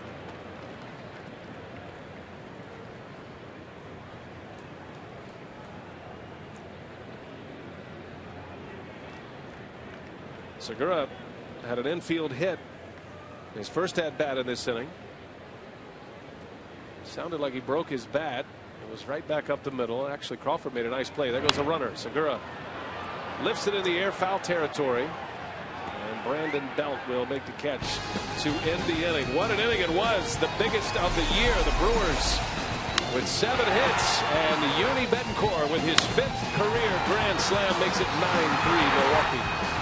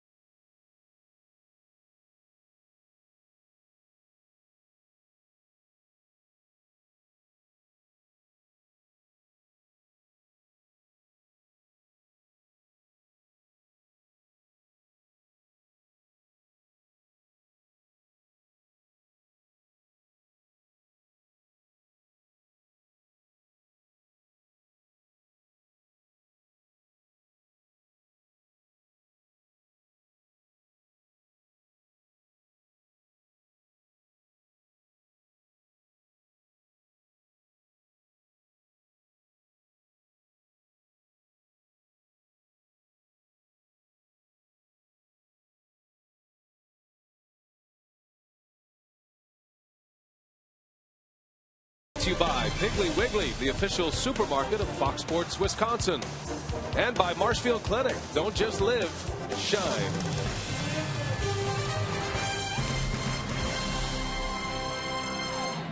Now the Brewers with an 8-run 3rd inning and a grand slam by Yuni Betancourt, and now they go back to work. That was a long 3rd inning. The Giants scored 3 runs in the top of the 3rd. The Brewers respond with 8. It's been a while since Peralta was on the mound, and we'll see how effective he is moving forward here. Almost an hour. That was a 52-minute 3rd inning. But who's counting? And he only gets 8 pitches to get loose. Peralta got 2 at-bats. Now, do we give Gordas credit for the bottom of the 3rd? Absolutely. He came on in the top. It's all about the plus-minus, Rock. He gave up 3, but he gets 8. So he's all right. He's 5 on the right side. Segura knocks it down. That's going to go as a base hit for Brandon Belt. Well, a lot of offense so far tonight. I was talking to Johnny Nair, the Brewers hitting coach, before the game, and certainly when a team is not hitting like the Brewers are currently involved with, and he feels it as much as anyone, the hitting coach. And he made a good statement. He goes, I think the dew bucket is pretty full right now, is overflowing at this point. Well, you just hope they didn't empty the entire dew bucket out in that inning. I think there's still some left. Well, you hope you don't need it, but it'd be nice to keep it going. The Brewers have really struggled offensively. Man, the Brewers 5 for 6 with runners in scoring position in that inning. They were 0 for 15 in St. Louis. Bouncing ball, Betancourt will go to second. There's one. Return throw in time. Beauty. Nicely done on a speedy base runner in Gregor Blanco. Well, the tough part of that play for Betancourt is the throw to second base. You got to make sure you clear the runner so you don't hit him in the back and then get back to first base, and he did it nicely. A good throw on both ends, and they turn the double play. That's the toughest of all double plays, that 3 to 6 to 3. Of course, that 3 to 6 to 1 might be a little bit more difficult with the pitcher covering. Now, what do you make of the fact that the Giants lead the major leagues in double plays grounded into? That was number 16 this season as an offense. Well, so obviously they're getting a lot of base runners on. Well, they hit the ball hard.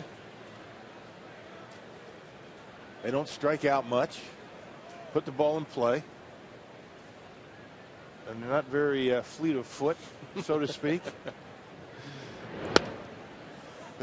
Well, that was one of the faster Giants that the Brewers just doubled up in Gregor Blanco. I mean, I could see it if, you know, Posey or Sandoval, but, or Bruce Bochy running down the line, perhaps. That ball's hit hard. Way back right center, and Crawford sends one out of here. That's about the same location as his first career home run, which was a few years back. A grand slam right here at Miller Park. Yeah, it seems like he likes hitting here. Of course, who doesn't? He's a good hitter's ballpark. So Crawford extends a hitting streak to 9 games with the infield hit in the 3rd. And now he goes deep for the 2nd time this season in the 4th. Well, it's a lot better to give up solo shots. So the Brewers, with that double play, clear the bases. And now the pitcher coming up. It's all about minimizing damage. You can live with giving up solo homers, but when there's men on base, that's when they kill you. There's Chad Gaudin. The pitcher came in relief of Zito. Right in his wheelhouse. Yeah, just dropped the head of the bat on it, and that ball flew out of here quickly. There were a lot of questions about Brandon Crawford when he first arrived to the big leagues, wondering if he could be an everyday shortstop. Defensively, they knew he could be. He's really laid claim to that shortstop position,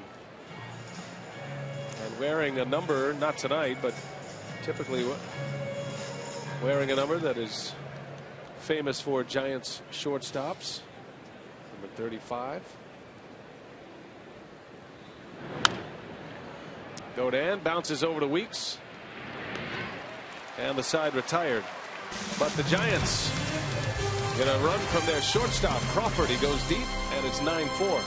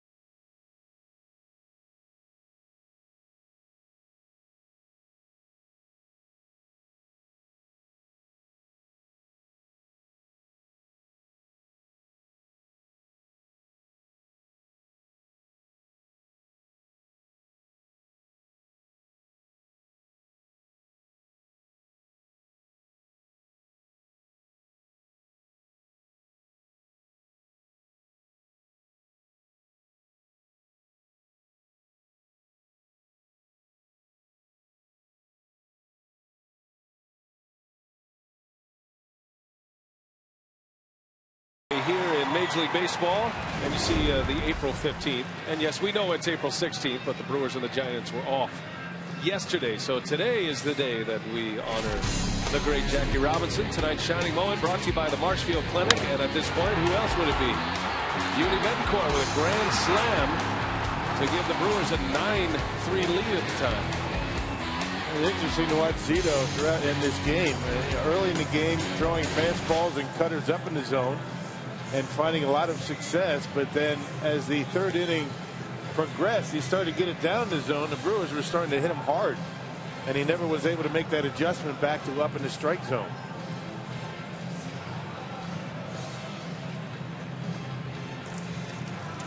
It was a late spring pickup for the Brewers. Betancourt had his spring training with the Phillies and swung the bat very well. He played winter ball this past winter in Mexico.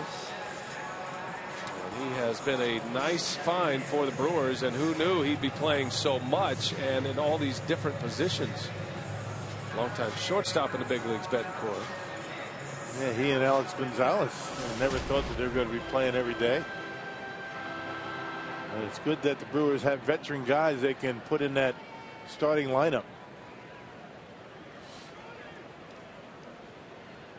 Ryan Braun ready to lead off here. Braun has struck out twice tonight. You don't see that much from Braun.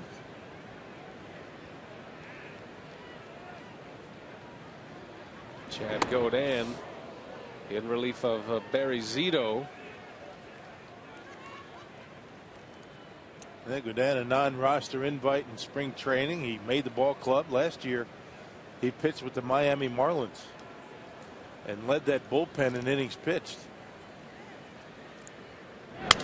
Broken bat, and Crawford is there, throws on the run, and it is in time. Wow, what a play by Brandon Crawford.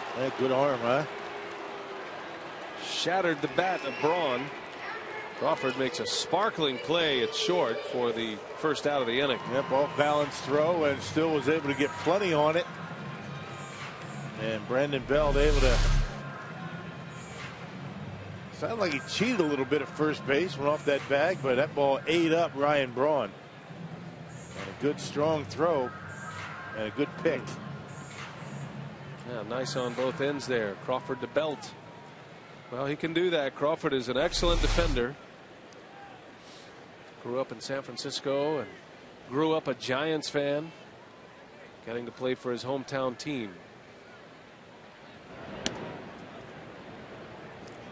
Ricky Weeks.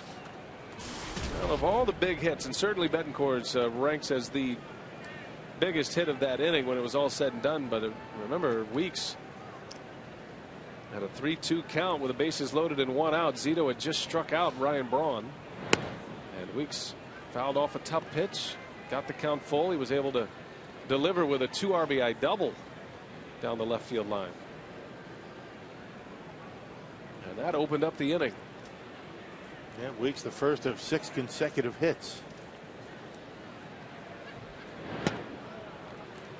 His double last inning tied the game.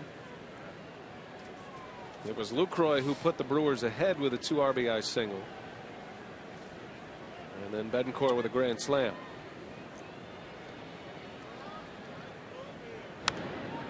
Actually, it was 5 consecutive hits. I'm looking at the base hit by Willie Peralta, but he started the inning off with a base hit. Still pretty good. 5 hits, all with coming with runners in scoring position. 5 for 6 the Brewers were in that inning.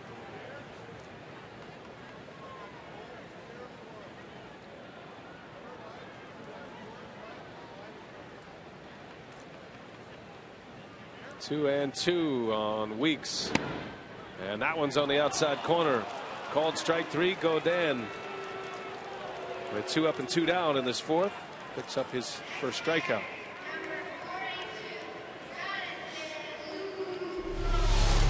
Yeah, good sinker right on the outside corner. There it is, right at the bottom.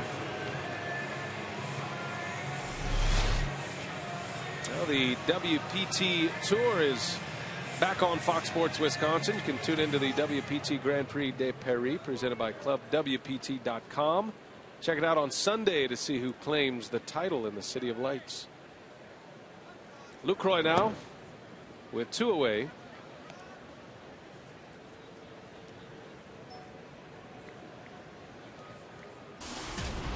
Lucroy is 1 for 2, drove in a couple of runs last inning. Now 6 runs batted in for the season.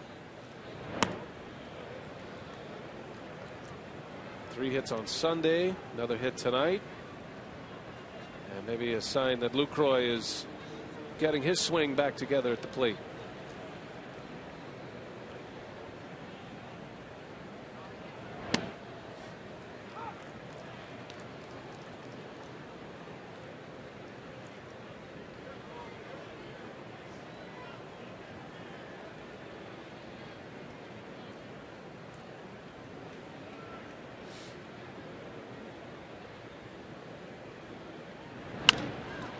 And a bouncer to Crawford, and that will retire the side.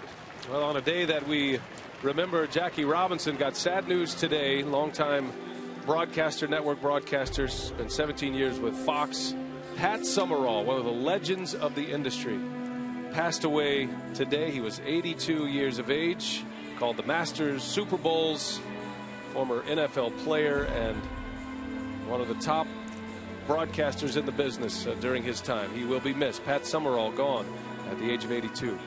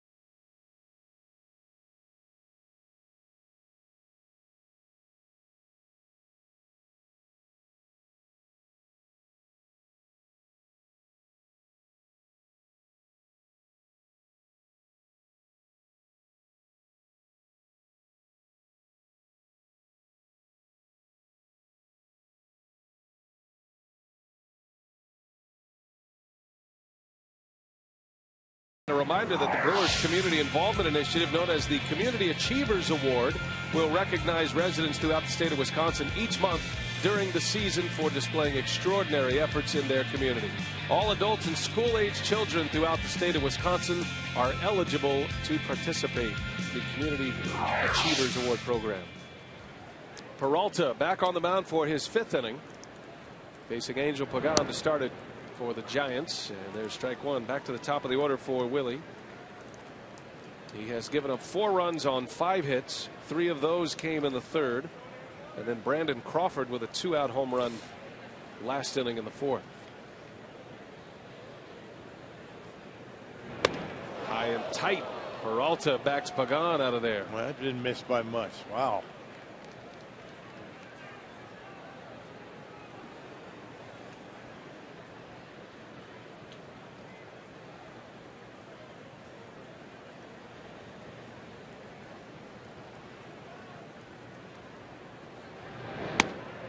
And Peralta chops a little changeup in there for a strike. Yep, a fastball up and in, followed by a changeup. That'll get you walking around home plate a little bit.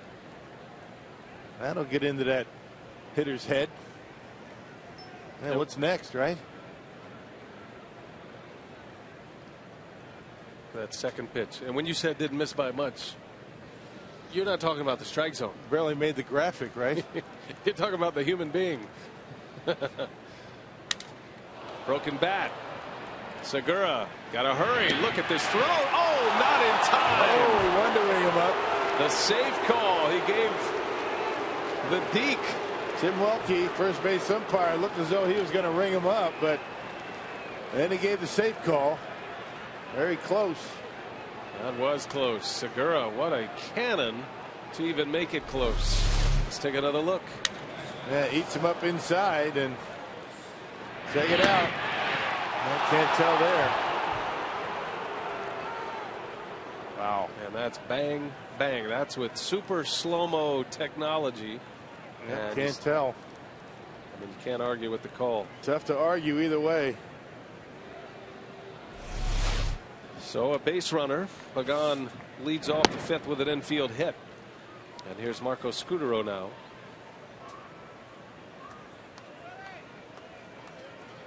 $14 hits now in this game. Giants have 6.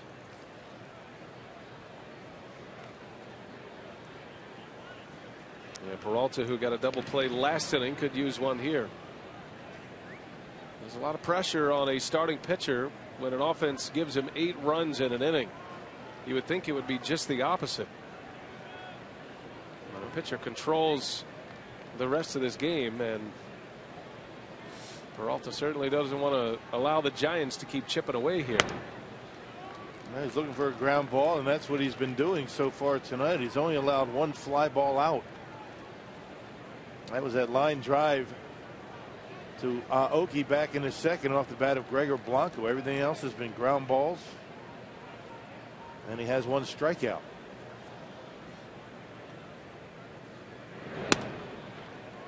Two and one. Did you notice the size of tonight's home plate umpire? Jordan Baker? He's about 6'7". Oh, is that right? I've never seen an umpire that tall. How tall is Tim McClellan? He's probably 6'5". He's my height. Yeah. 6'7". 6'3". Well, now that you mention it, Rock. I mean, look at how he towers over everybody else there. I see that. I guess I would have to probably guess that he's a high ball umpire. You would think. Or he's taking a guess on the low ones. Yep. Jordan Baker. They say he's 6'7". I believe what they say based on the images. Got to be awkward to argue with Jordan Baker, right? Yeah, looking up, jumping up to get to eye level.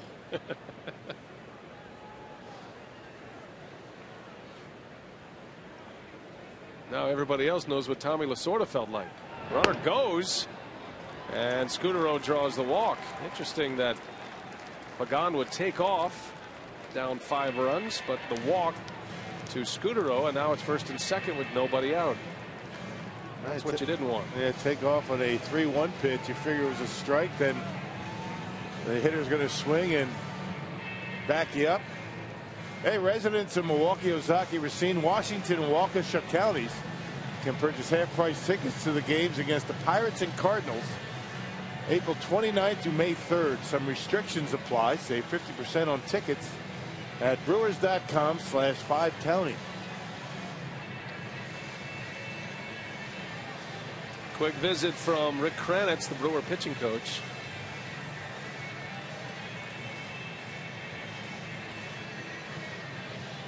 Peralta really needs to change the pace of this game. This is when you worry about infielders getting back on their heels, outfielders.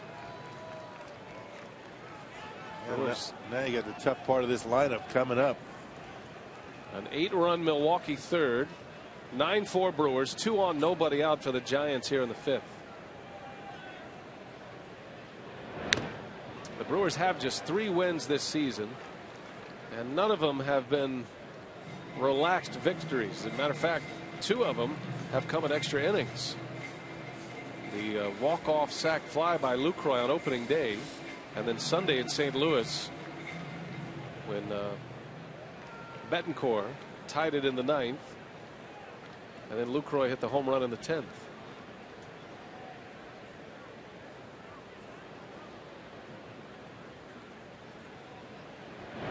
and they've all been one-run victories. Now the Brewers, the last time Peralta was on the mound, had a lead when he left the game. But the first day in Chicago, Marco Estrada left with a 7-2 lead. The Brewers ended up seeing the bases loaded in the ninth inning for the Cubs. Had to bring on their closer Henderson to nail that one down. And Peralta behind on Sandoval, 2-1. Yeah, Willie at 77 pitches now in the fifth inning. Like fires getting loose in the Milwaukee bullpen. 2 on, nobody out. Peralta looking for a ground ball to turn 2 here. And it's 2-2.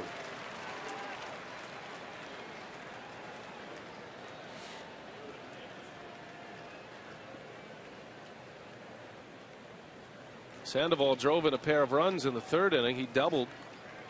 He slammed one into the gap in right center.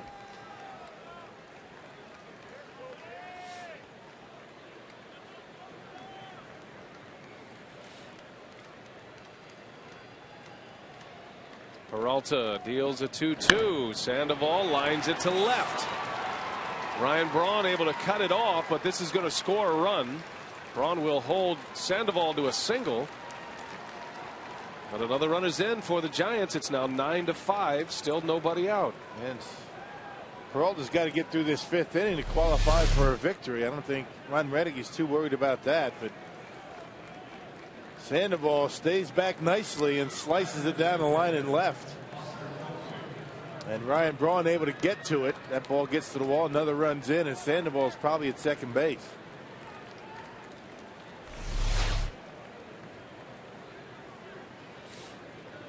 Giants within 4. And here comes Buster Posey, who has grounded out twice.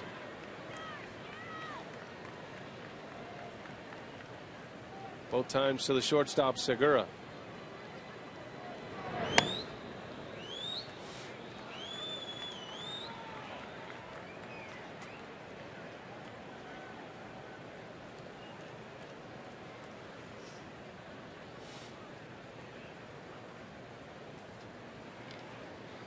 Sandoval with 3 RBIs. Been on base all 3 times tonight.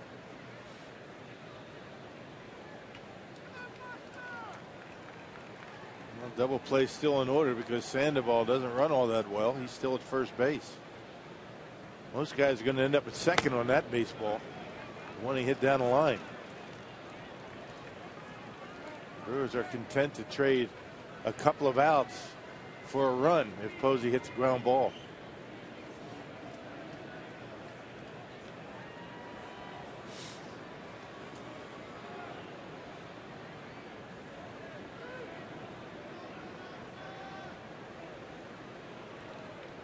Could be Peralta's last hitter. 2-0 to Buster Posey. And it's 3-0 now.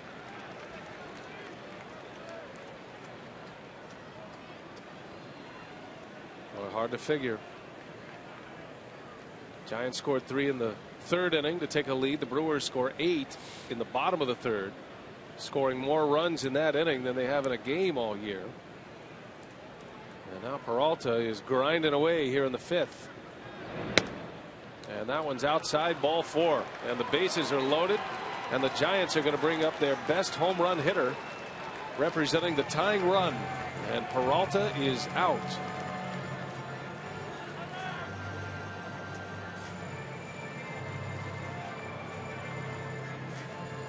So Renicky makes the call to the bullpen. And Peralta cannot get through 5 tonight. We'll take a break.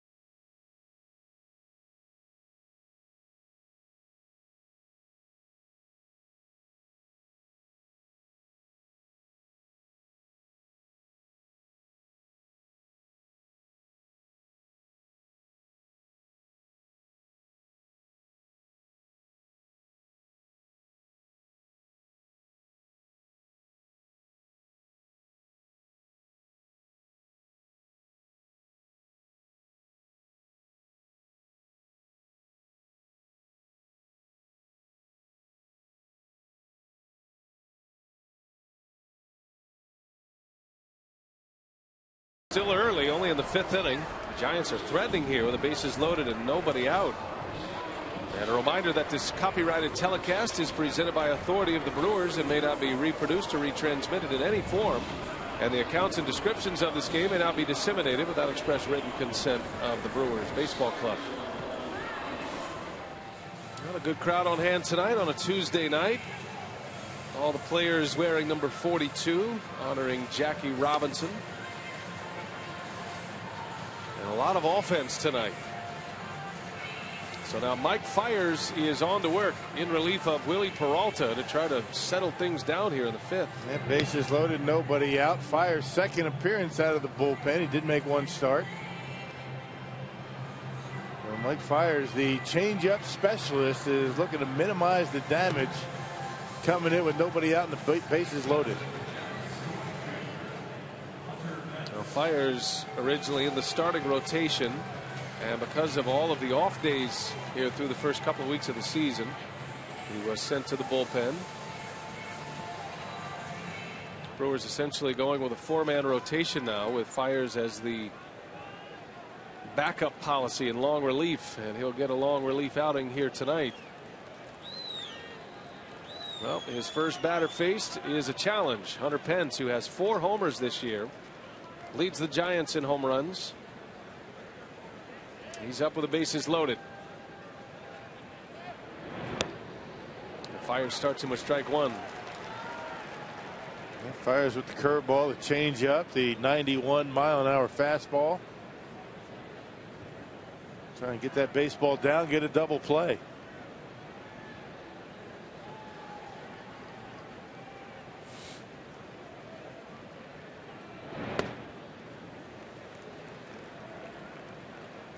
The Giants have a run in. Started with an infield hit. Remember, it was a bang-bang play at first.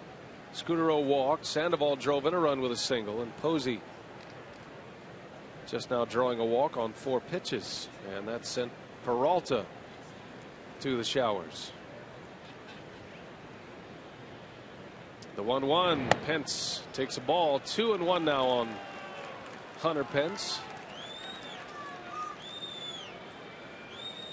Traded from the Phillies to the Giants last year, the motivational leader for San Francisco. He was traded from the Astros to the Phillies a few years back, right here at Miller Park. Pulled him off the field that night. 3-1 now.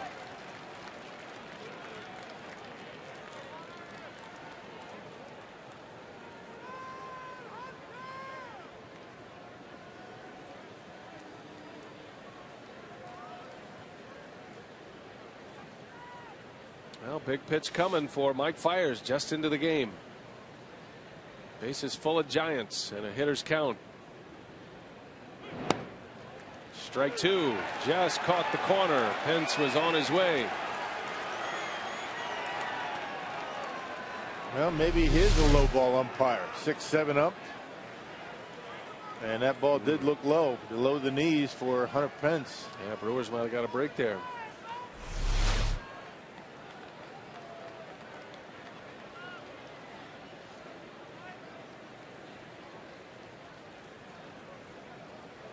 See what he has in mind for him here. 3-2.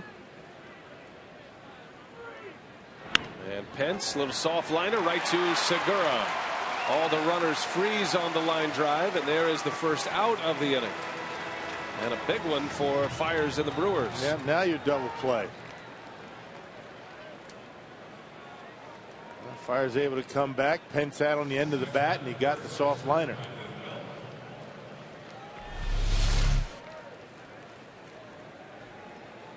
That ball was hit a little bit harder, base hit, but Fiers was able to get it down on the end.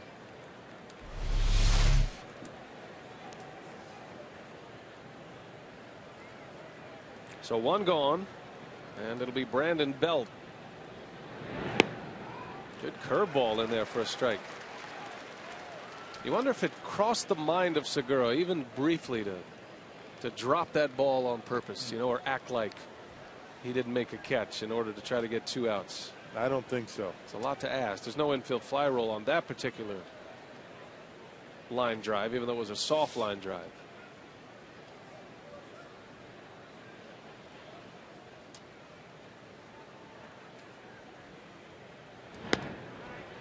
Strike two.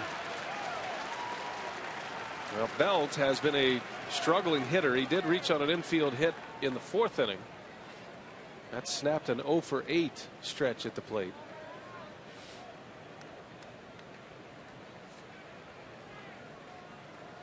Brewers looking to turn 2. That would be a major victory to get out of this inning with just 1 run allowed. 0-2 the count. He lays off 1-2. Well, he's throwing everything he can at Brandon Belt so far. Curveball, fastball, and changeup.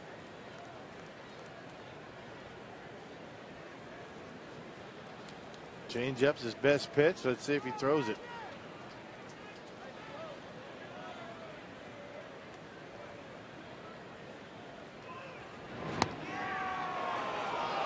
A little high. And it's 2-2 now on Belt. I'm not sure how you take that with the bases loaded. Pretty good pitch, but it looked like it crossed home plate a little bit upstairs.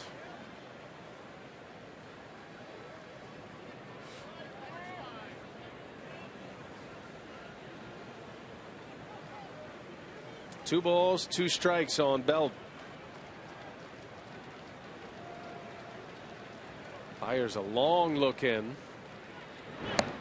And he misses inside. Now it's 3-2 again. Remember, he had Pence in a 3-2 count. So a lot of pitches, although this is just his second batter. Sandoval driving in a run a moment ago, his second hit. Scudero, Sandoval, and Posey aboard.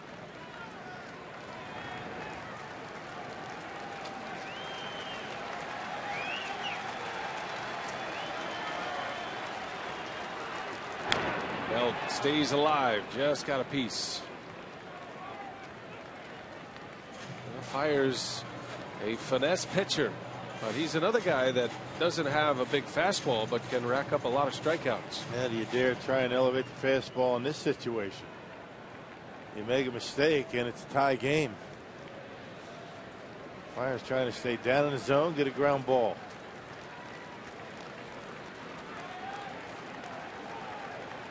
Lucroy goes through the signs. Another payoff pitch coming from Mike Fiers. And Belt hangs in there.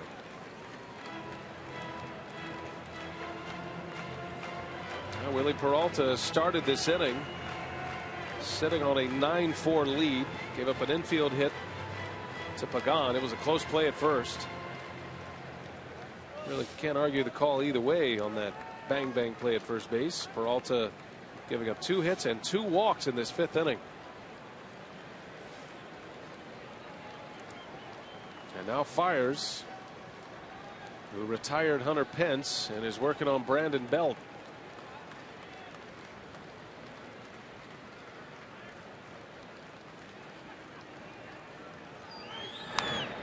Fouls another one off.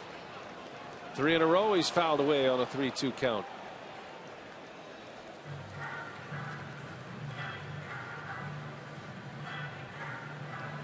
Well, the last 3 pitches have all been the same. Either cutter, changeup, something like that. And Belt able to stay alive. Lucroy wants to have a chat. Maybe try and get him to chase something down in the zone.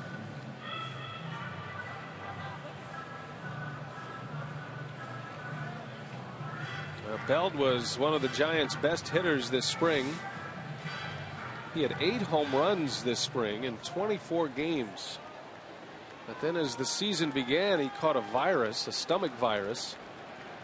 He lost 11 pounds and is still trying to work his way back. Another 3-2 offering to Brandon Belt. Fouls another one off. That's 4 in a row fouled away. 9 pitches already. You can see Fiers doing a nice job staying down in the strike zone with fox tracks.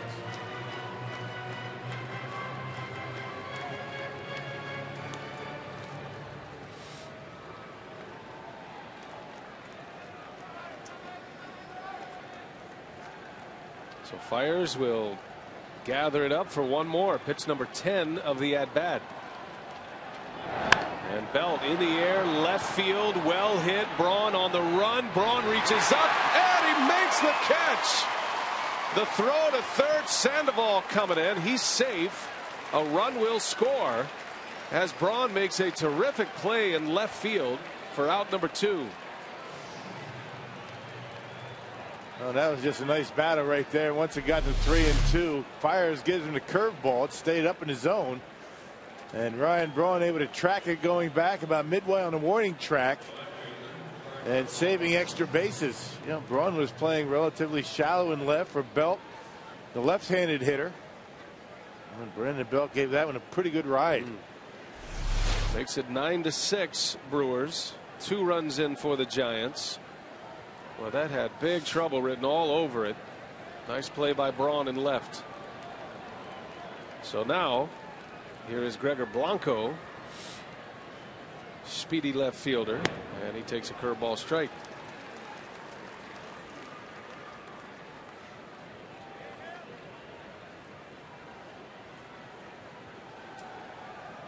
Blanco bounced into a 3-6-3 double play last inning. Rolled one over to Betancourt at first base. High and tight. Ball and a strike. Keeping him off that outside corner. That's where he wants to get him out. First pitch curveball. Then he comes up and in and backs him away a little bit. Nothing wrong with that. Fires trying to minimize the damage. He entered this game with the bases loaded and nobody out. 1 ball, 1 strike to count. Long look from Fires. And there is strike 2. Snuck a fastball right by him in the middle of the strike zone. Had him looking off speed. He was watching that sequence to Brandon Belt. Nothing but change ups and curveballs.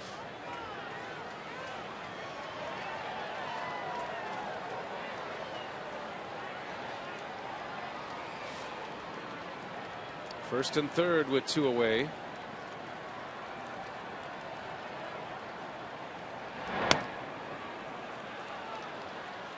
Two and 2 now.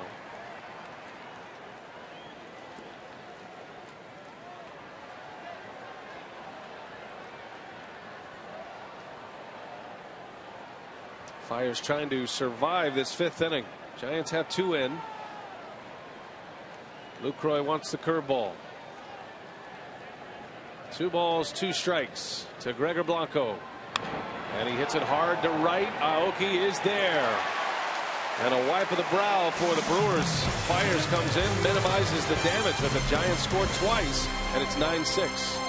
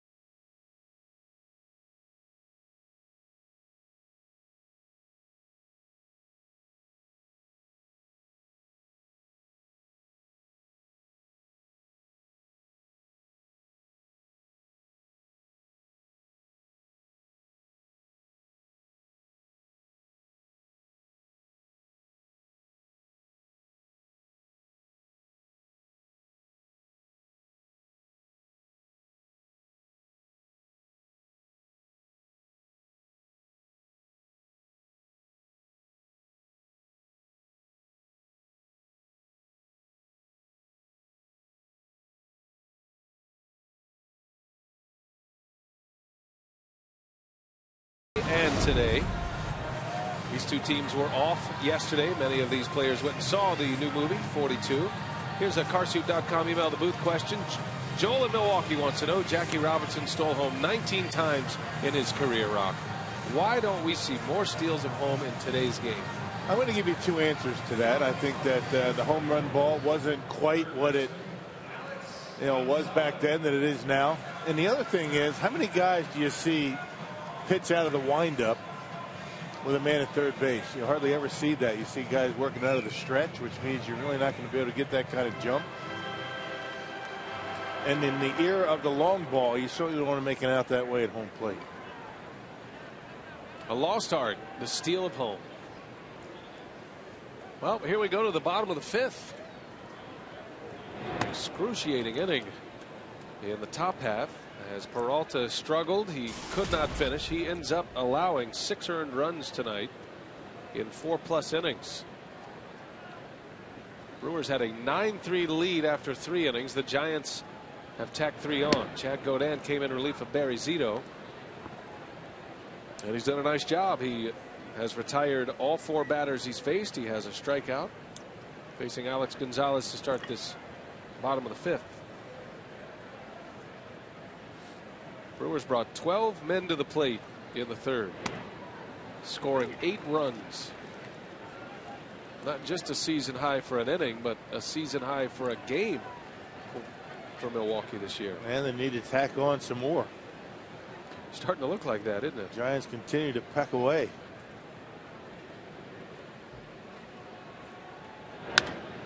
Gonzalez into left. Gregor Blanco is there. And there is out number 1. Yeah, Chad Godin's done a nice job. He's retired all 5 men that he's faced. Throwing that hard sinker and the slider. 2-pitch pitcher. Had decent numbers last year with the Marlins, and he's giving Bruce Bochy some valuable innings, allowing his offense to catch up. The Brewers chased Barry Zito in that 3rd inning. He went just 2 2/3. He had not given up a run in 2 starts this season. Brewers tacked 9 earned runs on his line tonight. Betancourt had the big hit. Gomez also homered. 2 tonight. Betancourt had a grand slam in the 3rd. Gomez's home run came in the 2nd inning. It was his first of the year.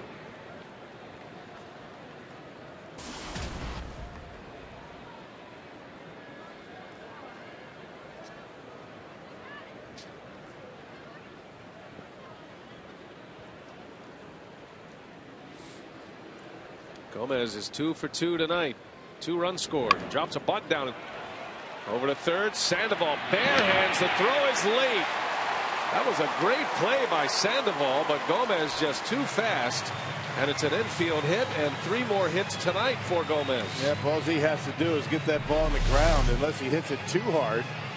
Not a great bunt, but Sandoval playing behind 3rd base, and even a great play by the San Francisco 3rd baseman. Not enough to get Carlos Gomez. You see how far behind 3rd base he was, and that's why Gomez elected to drop down a bunt.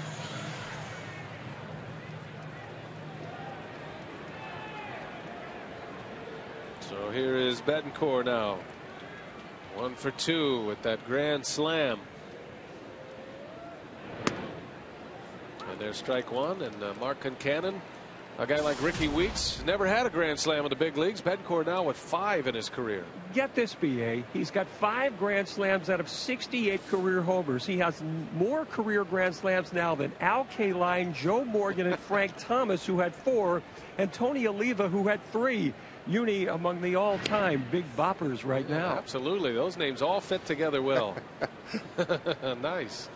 Good one, Mark. Yeah.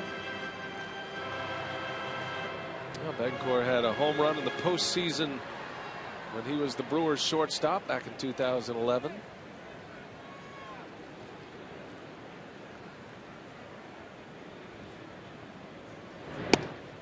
There's a strike, and it's 0-2 on Betancourt. He's got power, no doubt about it, and he's shown it throughout his career. Remember Betancourt back in 2011, the big hits that he was able to come up with. He's just one of those guys that seems to come up with the hit when you need it. We saw it in St. Louis. We saw it with the salami today. I know Renick's been searching for a cleanup hitter. Ricky Weeks has been in that spot, and Ricky drove in a couple of runs tonight. He drove in 2 runs in that 3rd inning that tied the game. That was a big hit. But Betancourt certainly on the mind of the manager as a potential candidate for that cleanup spot. Well, he's hitting well at the bottom of the order. Man, why mess around, right? Yeah, good point. I mean, it's tough to replace anybody's cleanup hitter. And I mean, I guess you try and do your best. Ricky Weeks is the guy right now. And just waiting for a Ramos Ramirez, who Gord Ash says is about a couple of weeks away. You just don't put your hottest hitter, in a different spot in the batting order. Guys start to feel comfortable in certain spots. Segura has been very good in the number 2 spot. You want to mess around with him.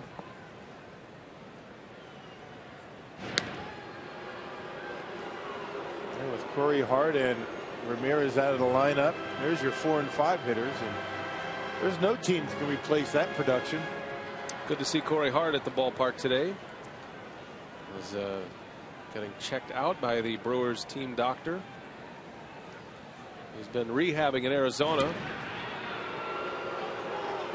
Hart is expected back and not eligible to come back until May 30th, and he is expected back on that date.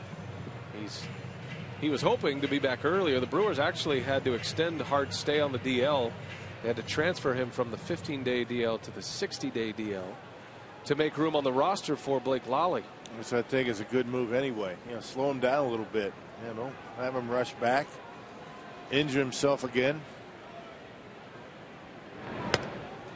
And Betancourt goes down on strikes. Chased one out of the zone. 2nd out of the inning. Well, time now for the AT&T Uverse Rewind, and let's walk you through a busy 3rd inning for the Brewers. Weeks tied the game with a 2 RBI double. It was a ground rule double. And then Jonathan Lucroy broke the tie, gave the Brewers the lead with a 2 RBI single, and then it was Betancourt. Grand slam. His 5th of his career, and for Betancourt, home run number 1 of the season. And when it was all said and done, an 8-run inning.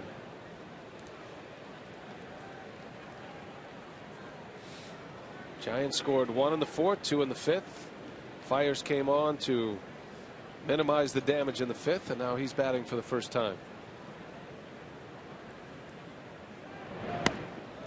Not necessarily the greatest time for Gomez to try and steal. If he steals, you better make it in standing up. Last thing you want to do is make the 3rd out and have Fires lead off the 6th inning.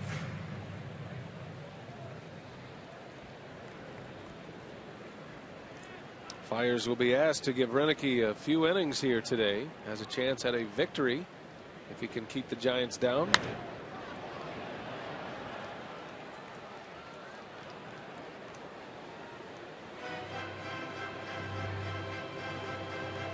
Yeah, pretty good job by Fires to only allow 1 run coming in with nobody out and the bases loaded.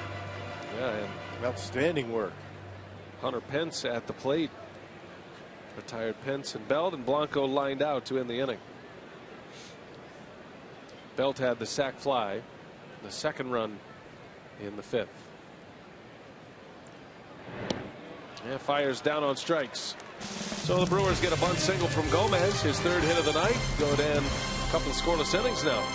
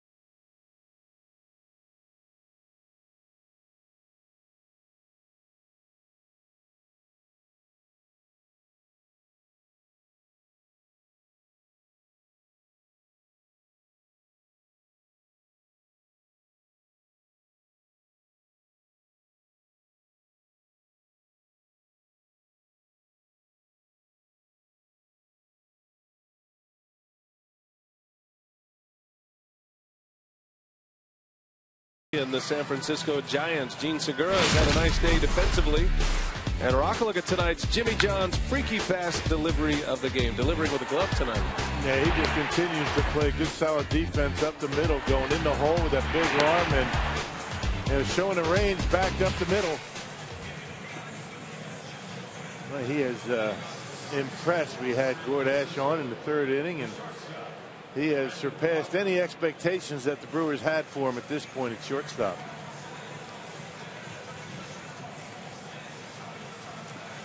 Mike Fiers back at it as we head to the 6th inning.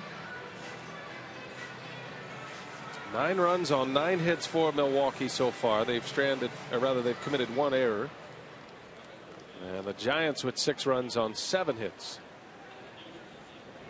Gonzalez charged with an error earlier tonight. That was part of that 3-run Giants 3rd inning. So here's Crawford to lead off. He homered his last time up. He hit a rocket into the Toyota territory in right center.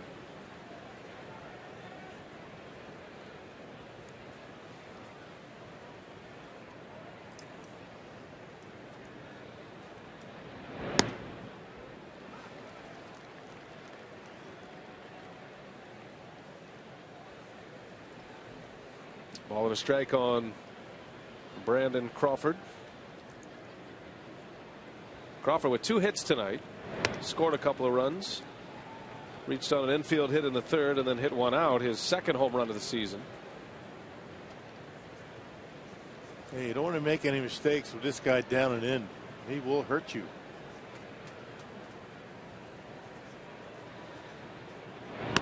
There you go. Good change up away. Had him out in front.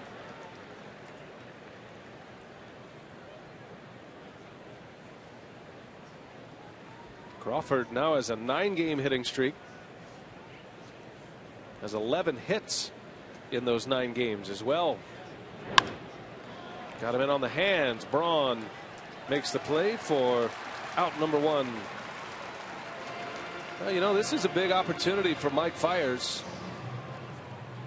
He felt like his starting spot in the rotation was in jeopardy. It was really between he and Chris Narveson coming out of spring training. And Fiers made the club as the 5th starter, knowing that with the off days coming up, that spot would not necessarily be up every 5th day or 6th day. And you know, Fiers wants to take advantage of this chance. He struggled in his first start. Well, the only way that you can get back into that rotation and really feel as though you belong in there is to pitch well in these situations. Nick Noonan is the pinch hitter for the Giants. It's like Fiers always feel as though they have to prove themselves, and this is where he has to do it right now out of the Brewers bullpen.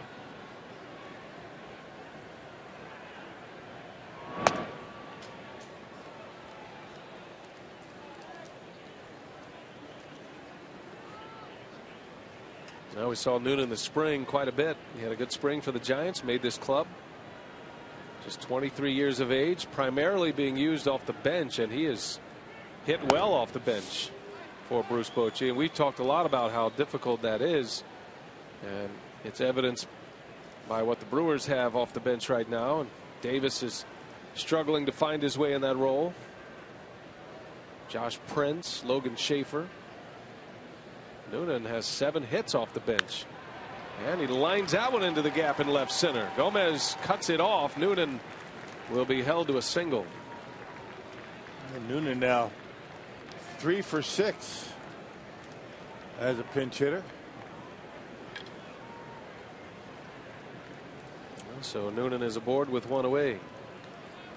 Well, every time the Giants come to town, we always like to send out our best wishes to the Kuipers, the man on the right, one of our favorite broadcast teams. Mike Krukow doing all the talking, and Dwayne Kuiper on the right. His brother Jeff is the Giants producer, and they are proud Wisconsinites from Racine. They had a bunch of Racine Kringles in there in the booth. Did you partake? I did not. They look good though. I'm not talking about just one Kringle. I mean, there's a stack of maybe 10 or 12 in there. Yeah. Dwayne Kuiper is from Racine. Not Like Kruk. Right. Kuiper Just is the one, yeah. Is the one on the right. Dwayne and Kuiper. And his brother Jeff. Right. Who is the Giants producer.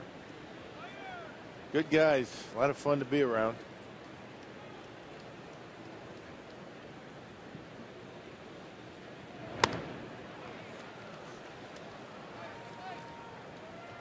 Always reminds us of Marcus Hannell, the Racine native. Still lives in Racine, the Brewers bullpen catcher. Meat hooks. Catches in the bullpen, doesn't even need a glove. Right. Been a busy man so far this year. Yeah, busier than he wants to be.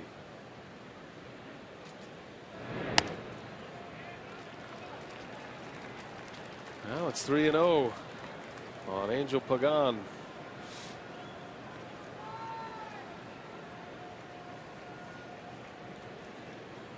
Well, this is one of those games. It is a grinder. Yes, it is. Good night for the offense tonight. Pitchers beware. And there's ball 4. And the Giants are right back at it. They'll bring the tying run to the plate once again. 2 on with 1 out. Pagan's been aboard 3 times. 2 hits and a walk.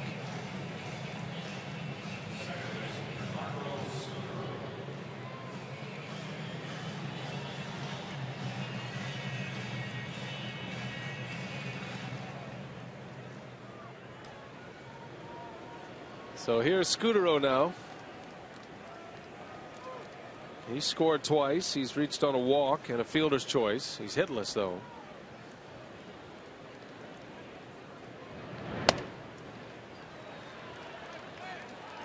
Well, the Brewers do have activity in the bullpen, and Rick Kranitz is on his way out to chat with Fiers. Look at the numbers with runners in scoring position tonight for both teams. Yeah.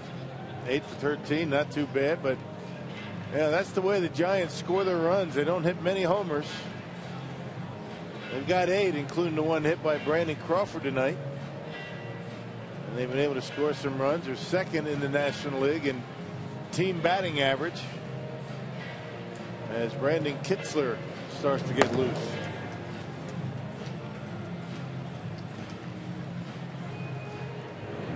So Kranitz with a motivational speech. And Fiers back to work. He's down on the count to Scutaro.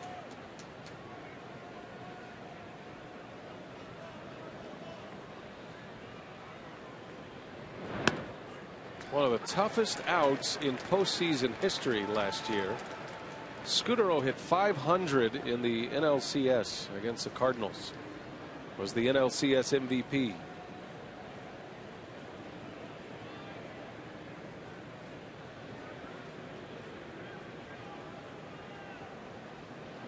Fiers would love to get him to bounce into a double play here. Broken bat in the air to left. Braun giving chase, can't get there. This will score a run. No, it won't. They will hold Noonan around third base. I beg your pardon. Braun cut it off quickly, and the Giants playing station to station here with their best hitters coming up. Yeah, the angle that Noonan had, he wasn't sure if Braun was going to be able to get there. Braun goes down the line very well. Off the end of the bat, a broken bat by Scutaro. Watch Brawny deke him. He lifts the glove up, and perhaps that's all it took to keep Noonan from scoring. And not sure, so you're down by 3 runs. Now you play it safe. Yeah, good call and a good job by Braun. And for now, no runs across, but the Giants are threatening in a big way again, and Fiers is coming out. Oh, the struggles continue for the Brewers pitching staff. Renicky looking for somebody to give him an answer. Back to the pen. We'll take a timeout.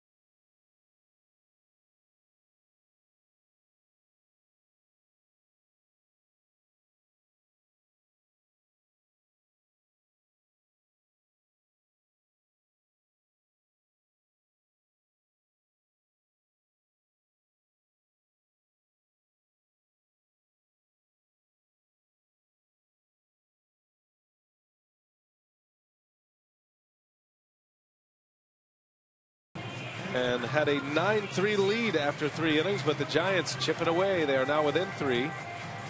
And the bases are loaded. New pitcher coming in, Brandon Kinsler. Don't forget the post-game instructional coming your way tonight. Rock and Davey, Jerry Augustine providing the excellent instruction. Look at Rock. He almost wiped out Davey on that little tapper. And here's a little taste of what we got coming up. This is John Shelby and Rock from spring training talking about paying attention at first base. John Shelby's got a nice story to tell. That was pretty funny stuff. A little teaser. T-Bone, great base runner in his day, great center fielder too. So that'll be on our post-game instructional after the game tonight, if in fact it ends. Brandon Kinsler is on the mound for the Brewers, and he's up there against Pablo Sandoval with the bases loaded. Yeah, Brandon got the win on Sunday against the Cardinals, his first win of the year, and has been unscored upon in 4 or 5 outings so far. Needs a ground ball to get out of this mess. He's got a good sinker to do it. Sandoval with 3 RBIs, and that one's lifted in the air to left. Should be deep enough to score the run. Braun makes a catch. Noonan will tag, and he's in. And Sandoval has a 4 RBI night, and he makes it a 2-run game. It's now 9-7 Brewers, but there's the second out.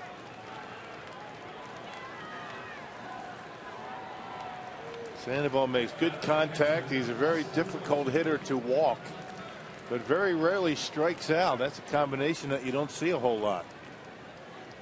A free swinger that always seems to be able to put the bat on a baseball.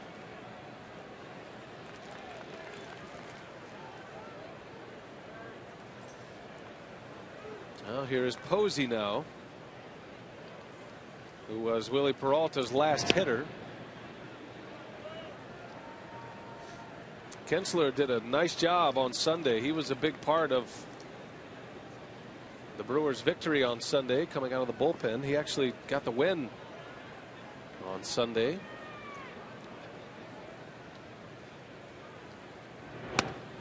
Held the Cardinals down in the 9th inning in a tie game. Started the 10th inning, and then Brewers used Gonzalez and Badenhop to get through that inning, or rather Badenhop to close it, I should say.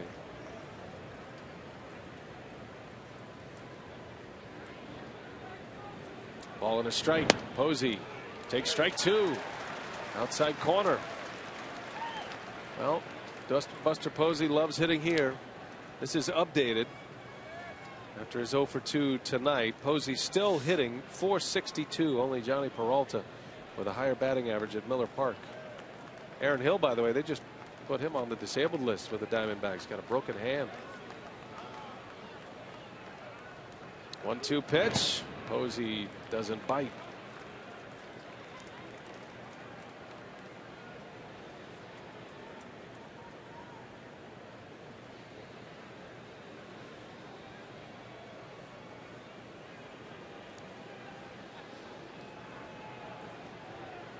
Posey representing the go-ahead run for the Giants.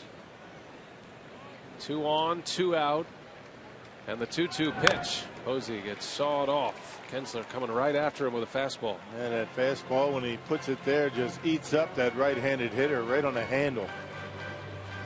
Got good velocity on it, and he's got good movement. He's got to make sure he keeps it down.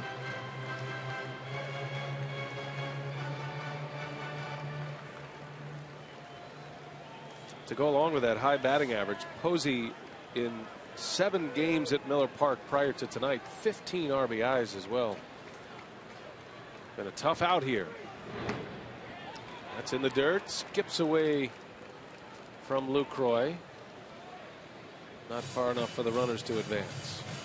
And he started his big league career here in Milwaukee and had a big series when he first came up. Hit some home runs, drove in some runs, and Lucroy able to keep it close enough.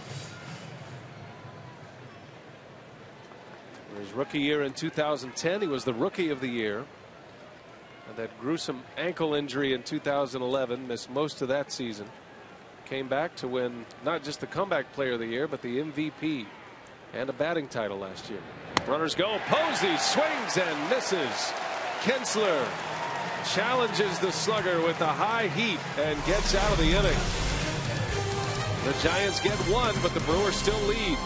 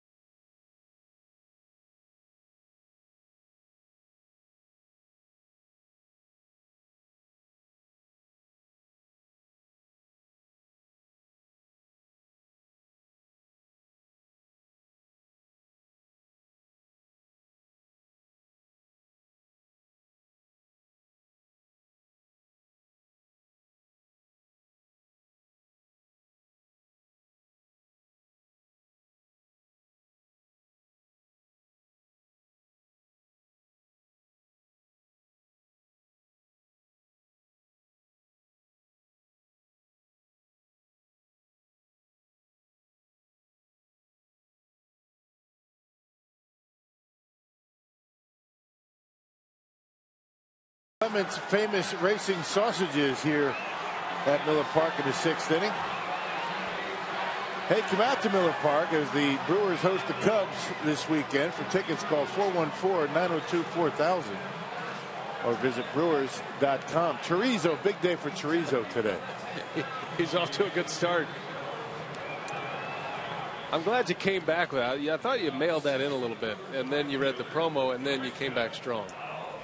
Recognizing the victory of There's Chorizo. a method to my man. Just stay with me, all right? Because I was a little, Chorizo, he's always feeling like he's a little slighted. He's constantly the underdog. Well, he actually wasn't. I didn't watch the race live today. That wasn't live, what we just saw? So I didn't know who won. That's why I had to wait. I love all the sausages. You know that. Chorizo was the last one in the game, so just want to make sure he gets his due. As Jose Mijares is in the game for the Giants. Top of the order, Nori Aoki leading off. I was on a pregame show today for the Giants radio with John Miller, the Hall of Famer. Right. And he and his pregame show host, who back in San Francisco, were all asking me who was going to win the wiener race tonight. And did you correct him? I said there is no wiener race in Milwaukee. It's not what it is. It's a sausage race. It's not a bunch of miniature dachshunds out there. A bunch of Otises running around. Right. So backhanded by Crawford makes another nice play for the out. Now John Miller, if I remember John Miller, he loves the bratwurst. I mean, he'll go through a number of them throughout the series. Yes, he will. I think he hits all 5 actually throughout the course of a day.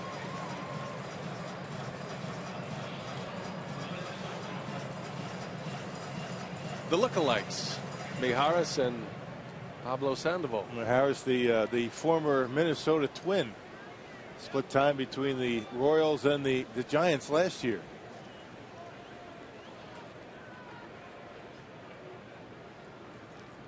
So here's Gene Segura, who fouls it back. I don't know. The thing about John Miller is he does enjoy the brats here, but he's got a whole stack full of Kringles in his booth right now, courtesy of the Kuipers. Right. So. Gotta have dessert. Yeah, he and Dave Fleming.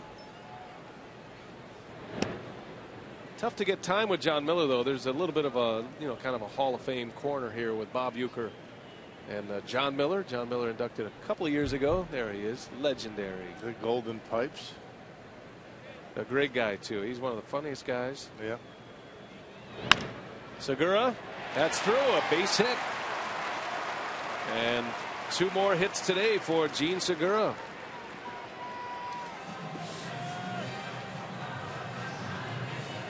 Well, you mentioned how well he's done against left-handed pitching. Got 2 hits against lefties, 1 against Zito, and now Maharsh. Just out of the reach of Sandoval.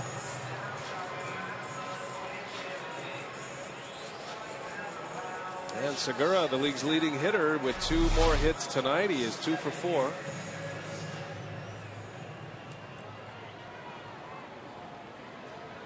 Always a threat to run. We'll see if he's on the move here with Ryan Braun. Braun just doesn't look like himself lately. And Segura takes off right away. Braun swings and misses. Easy steal of second base for Segura. Yeah, one of the first move. He didn't mess around. He didn't wait around to try and read the move. He just took off. As soon as he picks that leg up, there he goes. Not a big lead. Probably lulled him to sleep. And not even close at second base.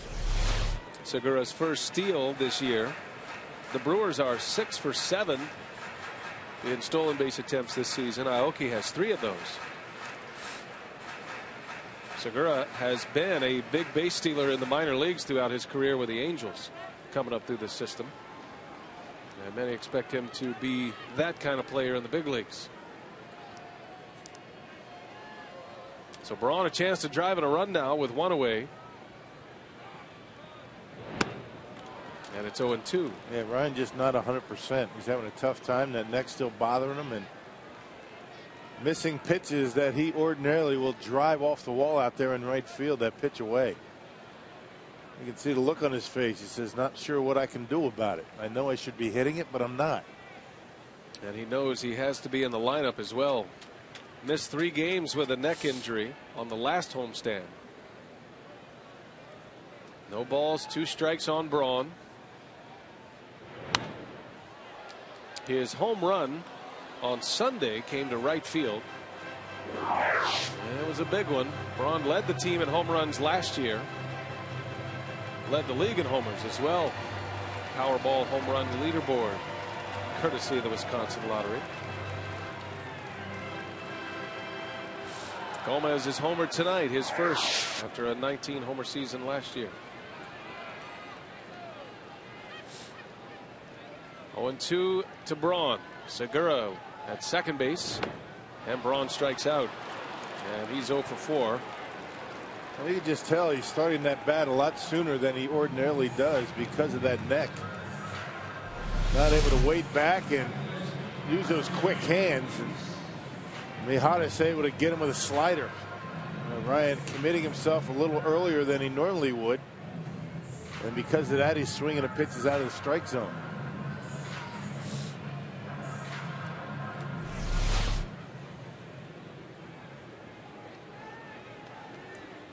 So here is Ricky Weeks.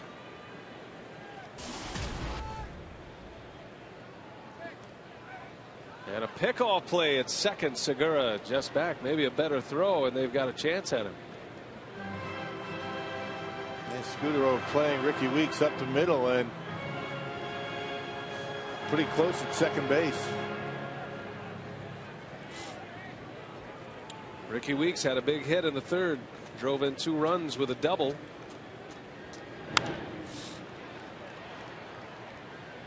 Came in with just 1 RBI this year, had a home run.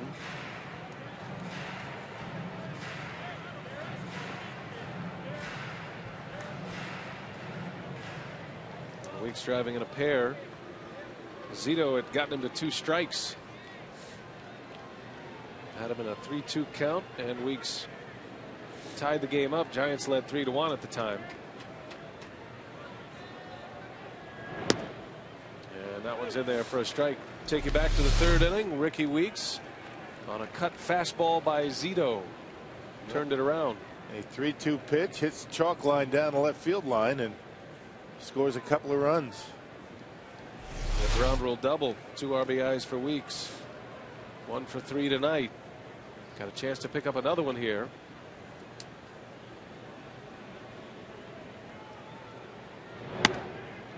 didn't miss by much. Mijares wanted it.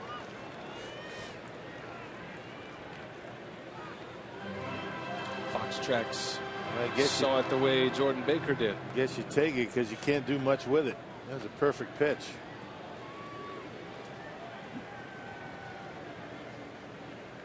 Giants have scored the last 4 runs. Weeks trying to answer.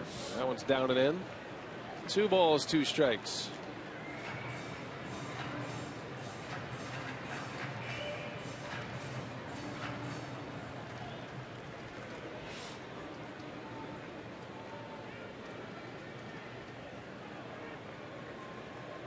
Segura's got a big lead at second. And Weeks fouls it away. Don't need much of a lead out there because he's so fast.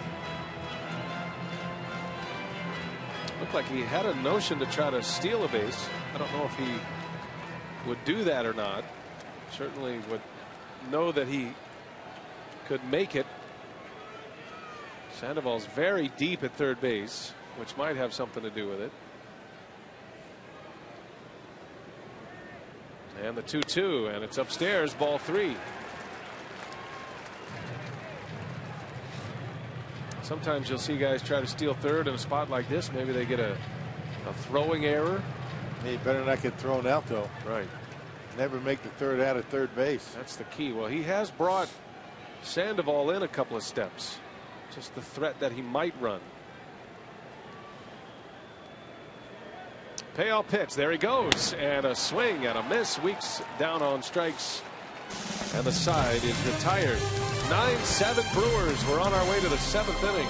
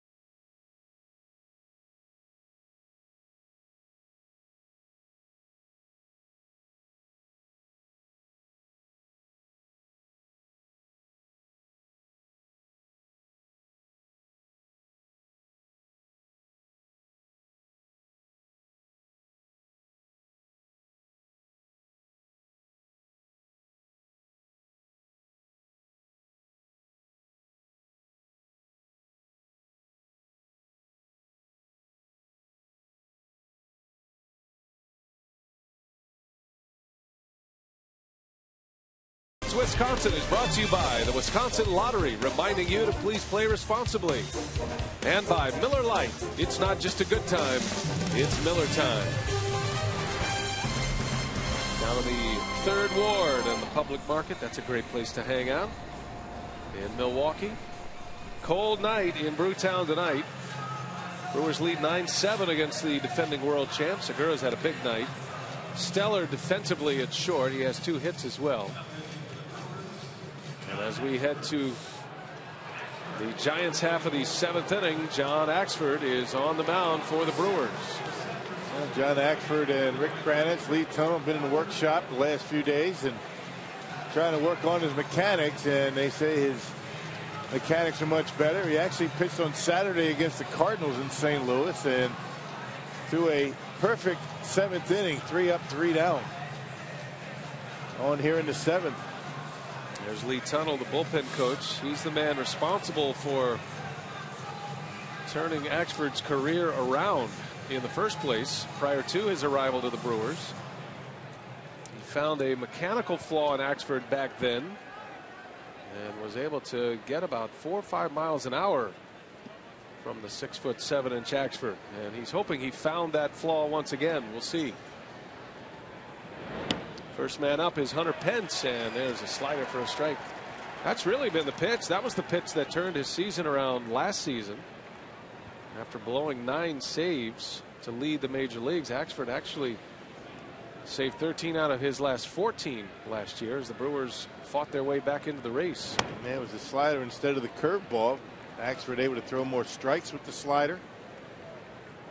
Get ahead in the count. Well, he's always had that big fastball, just being able to throw something else for a strike. Going back to the slider. Let's see what it looks like. The 1-1. And it's 2 balls and a strike. That's the one thing about the closer's role. There's no time to work on your stuff, work on your mechanics. I mean, you're in the fire as a closer when you're pitching typically. And Renicky removed Axford from that role. He was ineffective throughout the first week of the season, and he needed some time, as Rock said, in the workshop. Pence in the air to right. Ball's got some travel to it, but Aoki with room for the first out. That short porch in right field.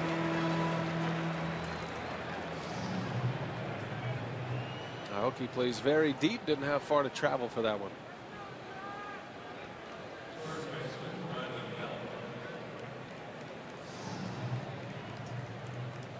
Well, here's Brandon Belt now. 1 for 2 with an RBI. Had a sacrifice fly in the 5th inning. Peralta fires Kinsler, and now Axford. Peralta could not get through 5 innings. He will not have a chance to win this game. 4+, 6 earned runs for Willie Peralta.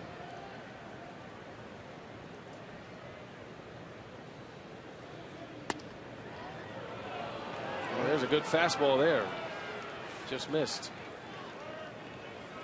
Well, a couple of borderline pitches, and one of them was strike. The first.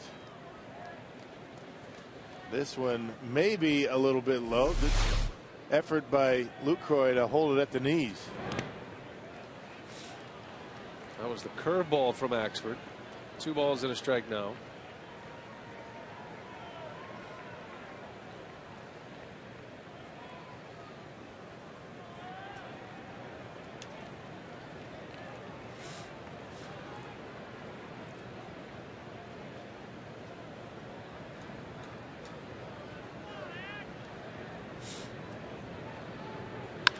Belt to the opposite field, a base hit. Good piece of hitting there. Axford gave him the fastball, and Belt lines it to left center, and a base runner for the Giants. Once again, they bring the tying run to the plate, which they have done the last 3 innings. Yep, the 4-seam fastball and a 2-1 count. Belt knew the fastball was coming and had a pretty good swing at it. Got the bat head out and drives it into left field.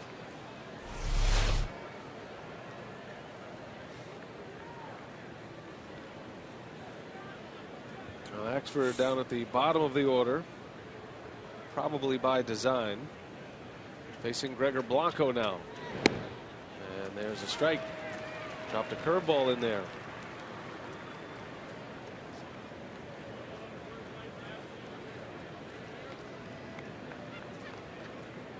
Well, John Axford is a part of Major League Baseball history, the 4th longest consecutive save streak in the history of the game. Say 49 in a row. Carried it through 2011 and then into 2012. Eric Gagne, if you're wondering, has the longest consecutive save streak. That's a major league record, 84. And then it goes all the way down to 54.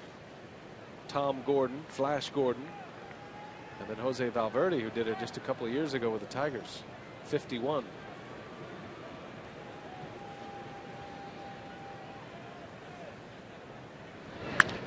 In the air to center field. That ball's well hit. Gomez on the run at the track, and Gomez makes the catch. Long fly ball out for Gregor Blanco. Yeah, he stayed back nicely on that curveball from Axford and nearly hit it out of here to center field. Well, that ball had a big slice on it as it got out to Gomez. He really had to make an adjustment on his route. See where he's playing out there in center. Starts toward right, and then he has to go back toward left. Ball moving a lot as it got out there to Gomez.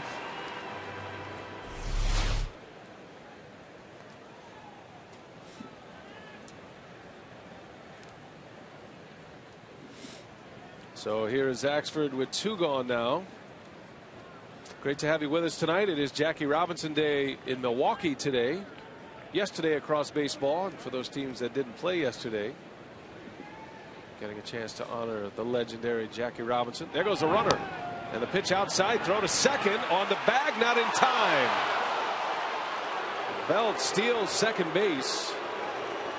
Good throw by Luke, just a little bit on the shortstop side of the bag. It had to be perfect. It was off just enough, and Belt able to steal his second of the year. Not a big lead, but a big jump. That high leg kick from Axford, and well, that throw is on the bag. On the other side, he's out. And a good call. Second base umpire Jerry Meals. Yep, just bang bang. He was safe. Second stolen base for Belt. And Crawford takes a strike. Incidentally, the Brewers have only allowed 2 stolen bases this year, the entire season. That was number 2.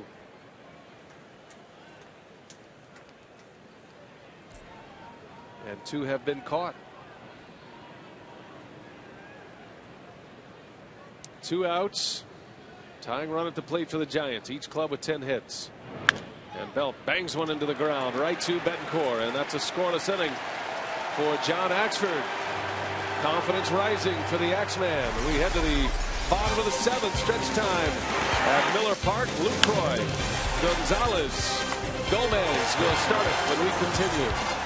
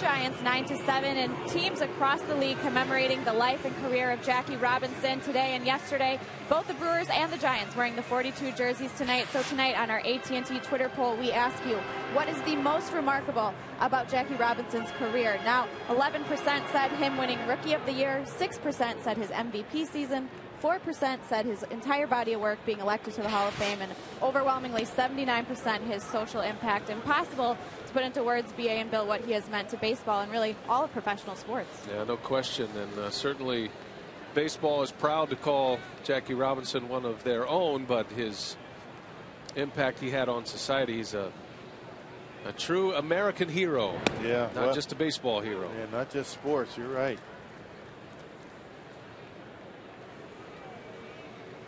Well, all the players wearing number 42 tonight to honor Jackie Robinson, whose number is retired throughout Major League Baseball. No player will ever wear number 42 again. I believe Mariano Rivera is the only one left who had that number before that rule was in place. Lucroy bangs one in the hole. Crawford knocked it down and couldn't find the handle. And Jonathan Lucroy with 2 more hits tonight. He leads off the 7th with an infield single. Yeah, really started to center up on the baseball much better than he did early in the season. Hitting a lot more authority. Still pulling the baseball a little bit more than we remember Lucroy doing a year ago. That would have been interesting had Crawford kept that in his hand. He's got a cannon over at shortstop. Might have been close. Now Bruce Bochy is on his way to the home plate umpire, Jordan Baker, indicating a double switch. And the Giants will make a move here in the 7th. So the Brewers leading by 2. And a man on with nobody out as Bochy goes to the bullpen.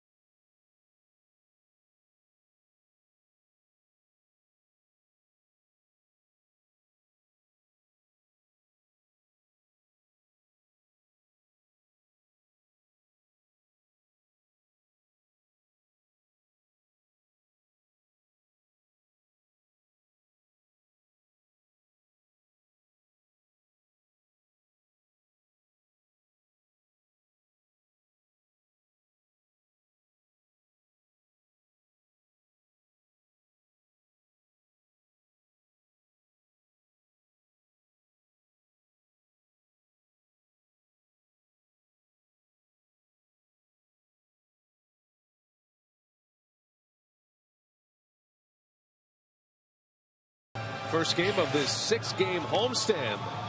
And tomorrow, our Miller Lite What's on Tap. Kyle Loesch, he has been outstanding in his first 2 starts.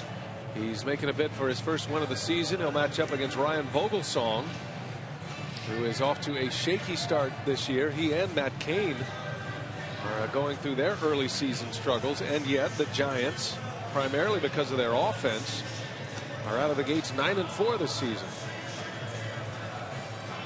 So our Miller Lite What's on Tap tomorrow. And the pitching probables for tomorrow's game. We're on the air at 6:30 for Brewers Live.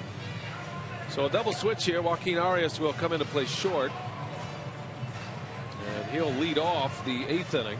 And the new pitcher rock is George Contos. Yeah, Contos, a big part of that Giants bullpen a year ago. 2-1 with a 247 earned run average. Last year with San Francisco. Averaged a strikeout per innings pitched. And off to a bit of a slow start this year. 7 innings, a 7.71 earned run average. He has a lot of home run. Contos will face Alex Gonzalez. Mijares goes an inning plus with a couple of strikeouts. 21 hits in this game combined between the 2 teams. The Brewers have 11.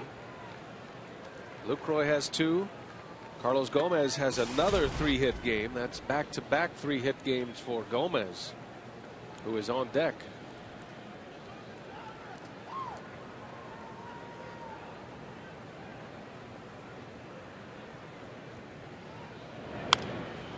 Gonzalez pops it up behind home plate. Playable, and Belt calls off Posey. And there is out number 1. Right, Belt covering a lot of ground to catch that baseball.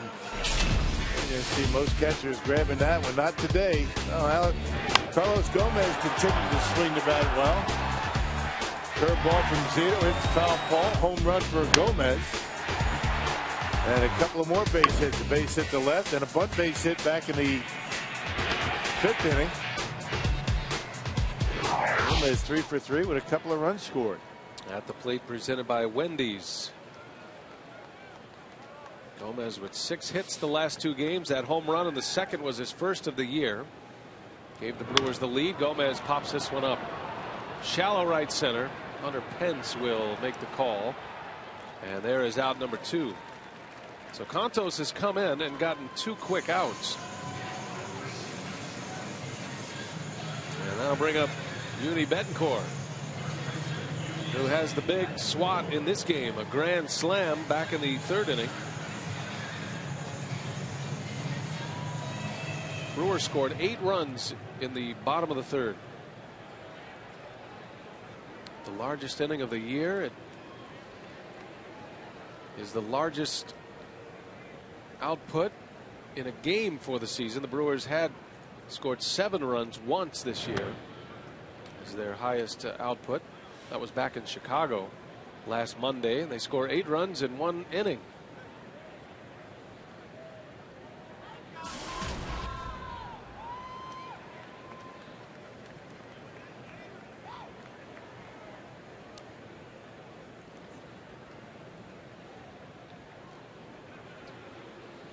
Betancourt is 1 out of 3 tonight.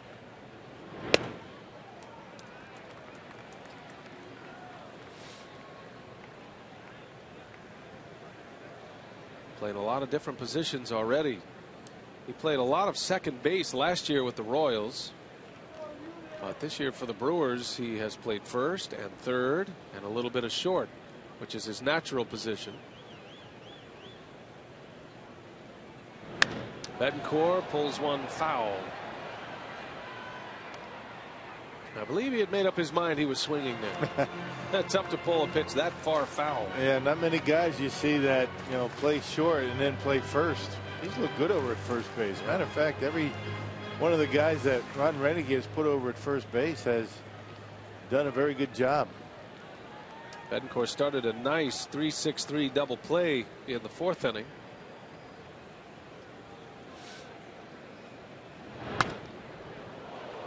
He played third base on Sunday in St. Louis. Matter of fact, the last 2 days in St. Louis, he played third in the absence of Alex Gonzalez. And he made some sparkling defensive plays at third base. And then he drove in the run that tied the game for the Brewers in the 9th inning. 2 balls, 2 strikes. 2 outs in the inning. Lucroy still at first, and Betancourt strikes out. So Contos comes in, quiets it down. The Brewers get a leadoff single, but cannot score. And we go to the 8th.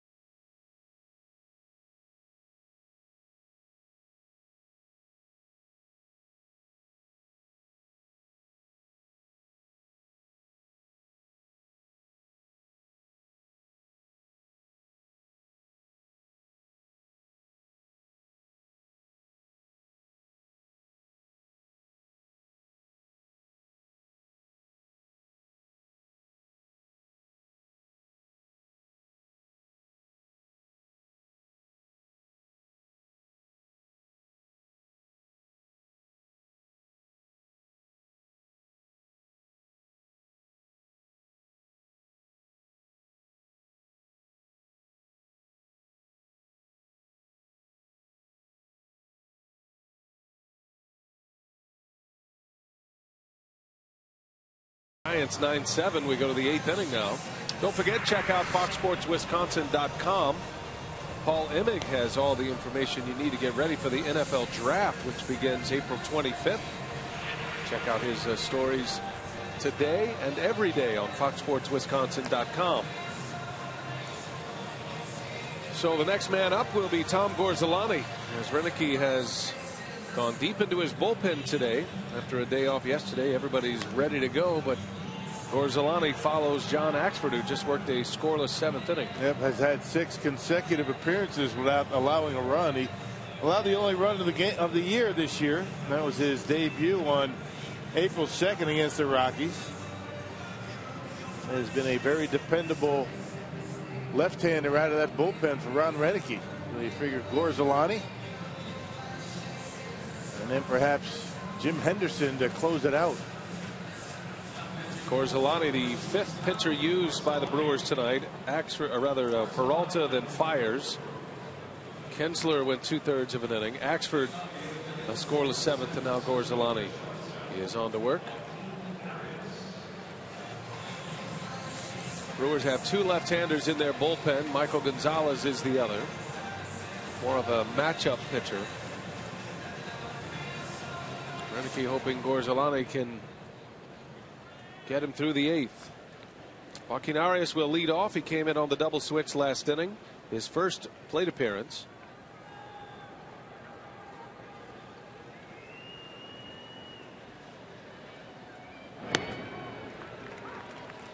Arias has played in just about every game, but has just 11 at bats. He's typically used as a defensive replacement.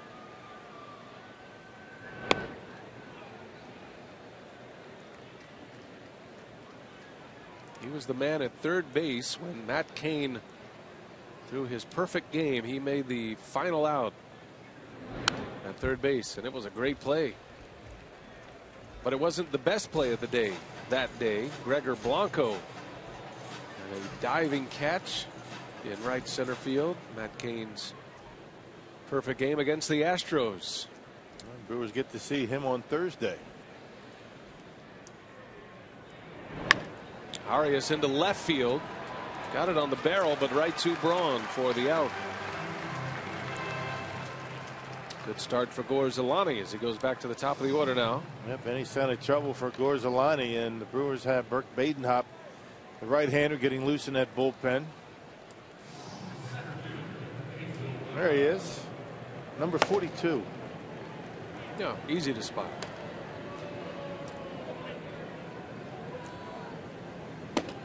I'm sure there's someone here tonight going, how do you tell all these guys apart? They're all wearing the same number.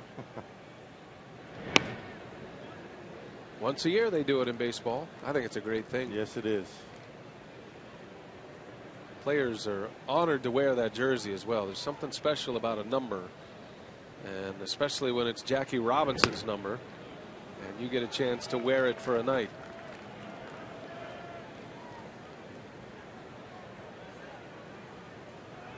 Pagan is a switch hitter. His first at bat right-handed. Gorzelany falls behind him 3-0. The Giants have brought the tying run to the plate in each of the last 3 innings.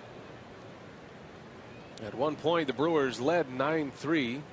It's now 9-7. Gorzelany walks Pagan on 4 straight pitches. A base stealer is aboard for San Francisco. Pagan's been aboard 4 times tonight. 2 hits and 2 walks.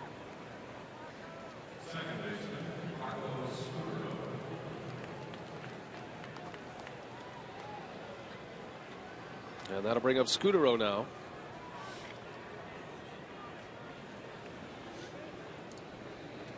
Scudero singled his last time up. Been on base 3 times. Mike Gorzelany, the one thing that he has had an issue with is the base on balls. That's the 5th walk that he has issued this year.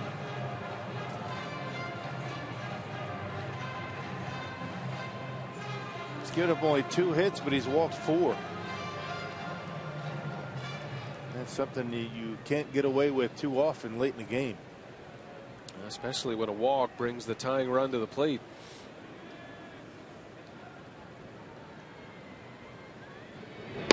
Scudero taking all the way. Ball and a strike.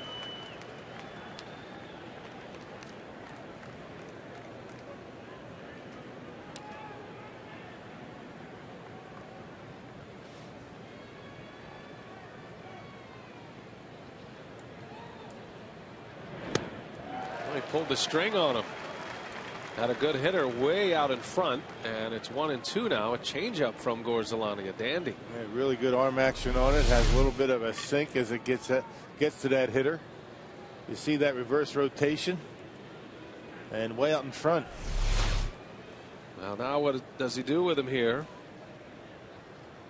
Pagan's got a lead. Stays put. Scudero just does foul it off. And the count stays at 1-2.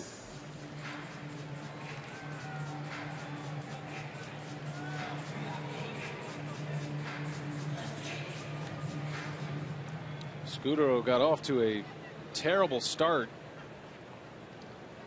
He's been a hot hitter in his last 6 games. 2-2. Man, notice Pagan really no interest at this point in stealing a base. Last thing you want to do is get thrown out. I mean, your run doesn't mean a whole lot. It's the guy at the plate. You get thrown out, all of a sudden the tying run's not up there. Trying to figure out the move of Tom Gorzelani. Of course, if you steal the bag, you don't have to worry about the double play. And a called strike 3. Gorzelani strikes out Scudero, who was the toughest batter to fan in the National League last season. A rare strikeout. And Gorzelani picks up out number 2. Went at him very quickly. I mean, barely went to set. He threw another changeup right on the outside corner. And Scudero took it. Ordinarily, Gorzelani is going to stay set, look at the runner, and go to home plate. But he went there right away, and I think perhaps fooled Scudero. Big out. Gorzelani now 2 gone, facing the switch hitter Sandoval.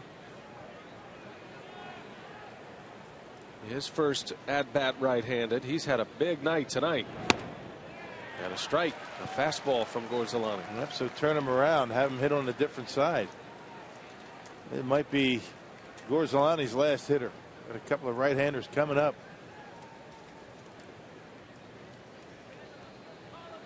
Sandoval is 4 for 12 as a right-handed batter this season. 0-2 the count. There's a good fastball from Gorzelani.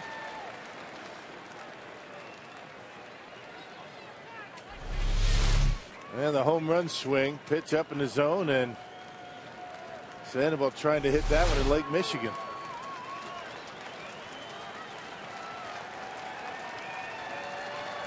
Sandoval with 4 RBIs tonight. 2 hits, a walk, a sac fly. 2 outs in the 8th. And the 0-2 pitch is high and away for a ball. He didn't chase.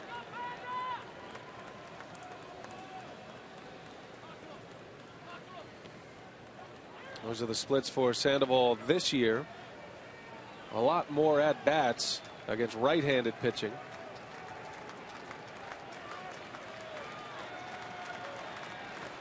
Pagan at first, the 1-2 pitch, and Sandoval just hangs in there. Defensive hack, but he's able to foul it off and stay alive. Got a piece of Lucroy. Yeah.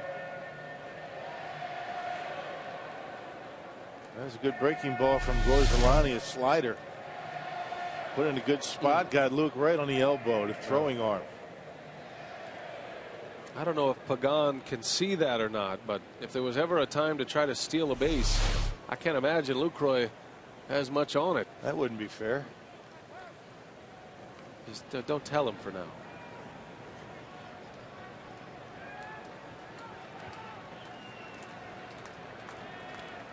Now, you know, Sandoval is going to be hacking at anything close. He's a free swinger as it is.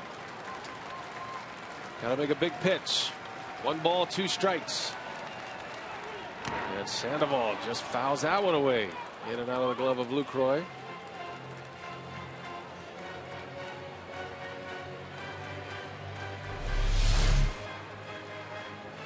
Sandoval chasing just a bit, getting a piece of it right off the end of the glove. Sandoval, a tough guy to walk. Gorzolani is throwing as hard tonight as we've seen him all year. He's been as fast as 93.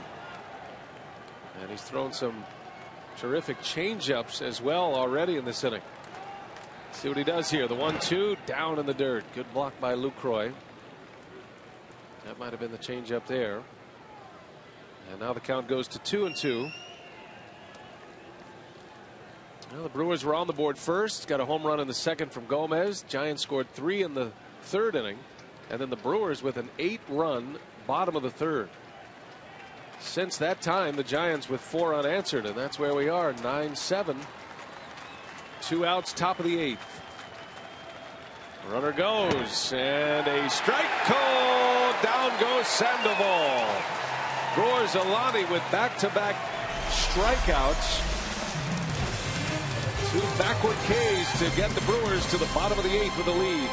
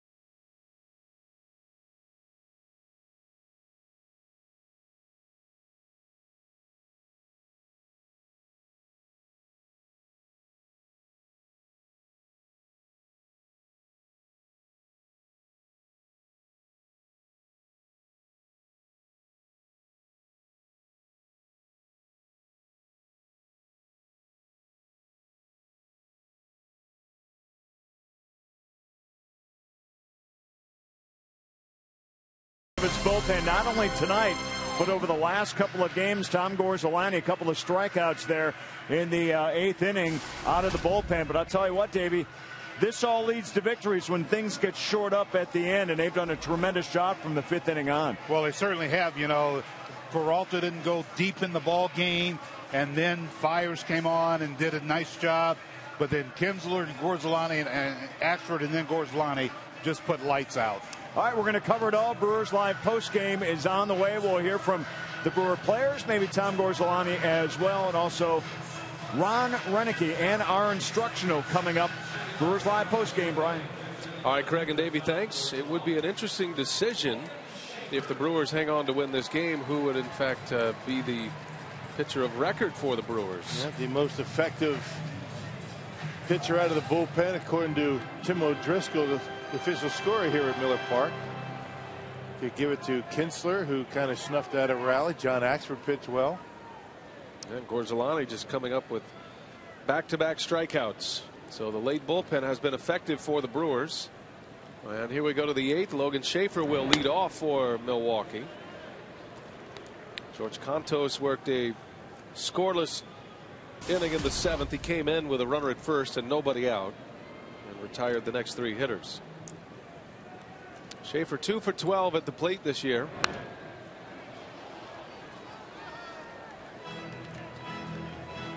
Schaefer is 1 for 4 as a pinch hitter this season. He made a couple of starts when Ryan Braun was injured. Also got a start on Saturday in center field. But that was a day when he gets a start, but he has to face Adam Wainwright.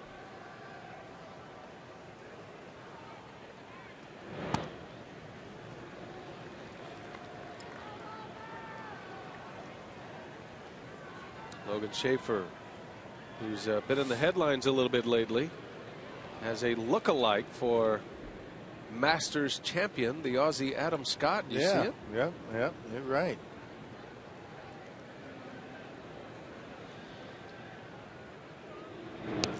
Schaefer takes a breaking ball a little bit low. Yeah, Adam McCalvey had a nice little split screen image. Of course, how long has Adam Scott been playing golf? Oh, a long time, Ron. He wins the Masters, He's then all a of a very sudden, young right? man. Yes. Now all of a sudden he wins the Masters. Now the lookalikes start popping up. That's what happens. As Schaefer pops it foul. I mean, who's the most famous person you look like, aside from Gorman Thomas? That's good. That's good. Okay. That's an inside joke. Only reason I say that to Rock is because as he walks through the concourse, sometimes people yell out, "Hey, Gorman!" I'm honored to be referred to as Gorman. Fine fella. I saw Gorman down in front of the dugout today. Yeah. 3-2 pitch. Schaefer hanging tough. You shouldn't answer a question on your own. You asked me a question and you answered it. I kind of set myself you up. Couldn't wait for that, could you? There's Gorman back there somewhere. That's weak at 10:30 at night.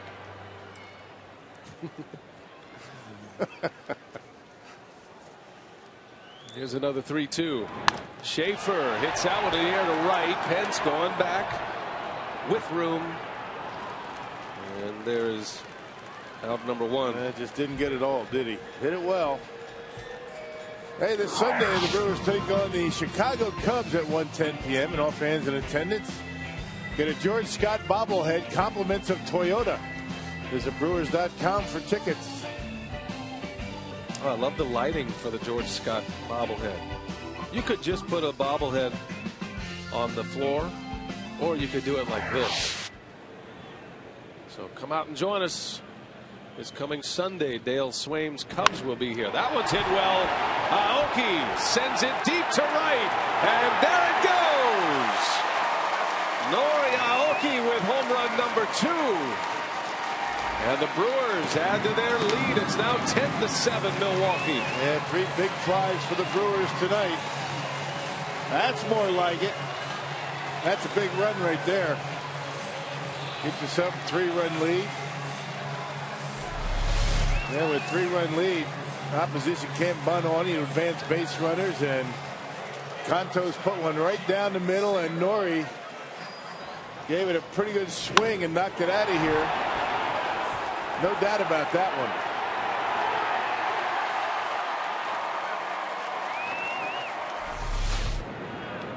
Segura left center, over to make the play is Pagan. For out number 2, Segura jumping on the first pitch. Aoki, his first home run since opening day. And hit it in about the same spot, the Badger Mutual Insurance run of the game. And it kind of breaks that momentum that the Giants had at one point. 4 unanswered runs. Well, now the Brewers put one on the board and give themselves a 3-run lead.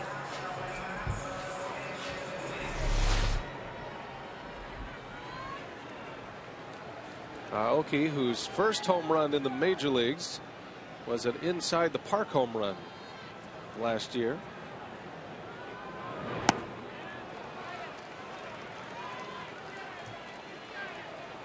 Ten to 7. Jim Henderson, who has taken over the closer's role, is loosening in the bullpen.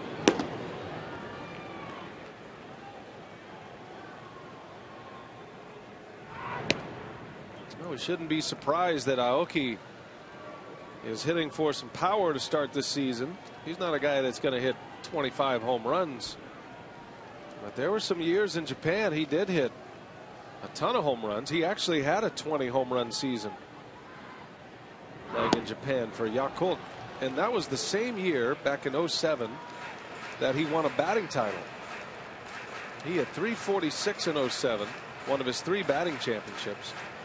And he had 20 home runs that season.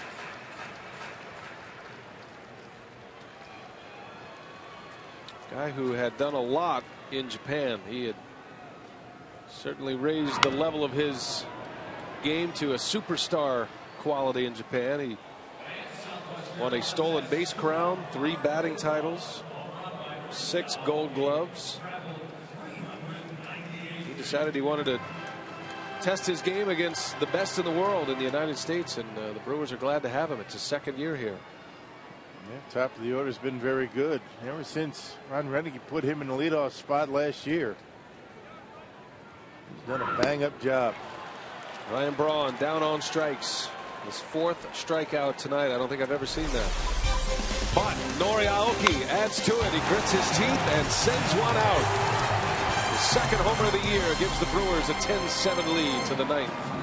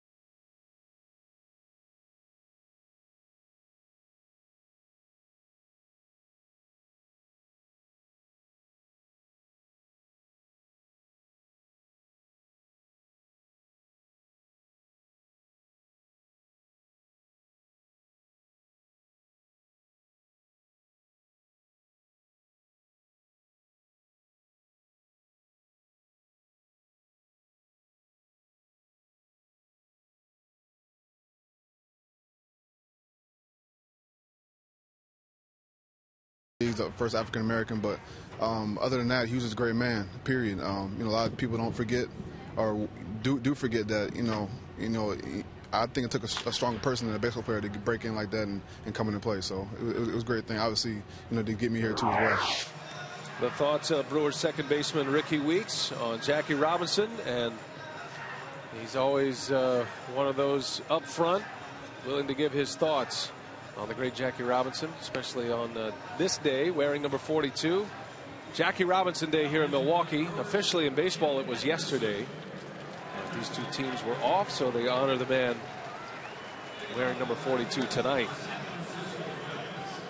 Well, Nori Aoki has stretched the Brewers' lead to 3. It is a save situation, and Jim Henderson, who has a win and a save this year, is on the mound to try to close this one out with a 3-run lead to work with. Yeah, 3 up, 3 down, 8th inning on Sunday against the Cardinals. There's not a lot of run this year. You can see his numbers outstanding for Henderson, his 5th appearance. Columbia St. Mary save tracker at 1 for Henderson. Picked up a save in Chicago last Monday. Buster Posey will lead off. Posey, a key strikeout in the 6th inning. That was Brandon Kinsler who struck him out. Posey represented the go-ahead run at the time. Kinsler challenged him with a big fastball and struck him out to send him to an 0 for 3 night at this point. And by the way, it would appear that Brandon Kinsler would be in line for the victory, according to Tim O'Driscoll, the official scorer. Yeah, 2 up, 2 down in that 6th inning, including that strikeout that you were talking about. Makes sense. Well, if Henderson can close it out, and Posey's going to make it tough. Posey sends one into the gap. It's going to go to the wall. And his first hit of the night is a double. And the Giants aren't dead yet. 1 on in scoring position to start the 9th. Yeah, Posey getting a fastball down the middle, and he just hammers it out there into the gap in left center. Nice easy swing, keeps the hands back, nice level through the strike zone, and the San Francisco Giants have been swinging the bat so far this year. Giants now have 11 hits tonight. And here is Hunter Pence. Well, the big home run by Aoki gives Henderson a little leeway here. Otherwise, Pence would be standing there as the tying run. Yeah, it changes the complexion of the inning when you have a 3-run lead. You know, Hunter Pence walks, say, a 2-run lead. Next guy goes up to bunt him over. Can't do that with a 3-run lead.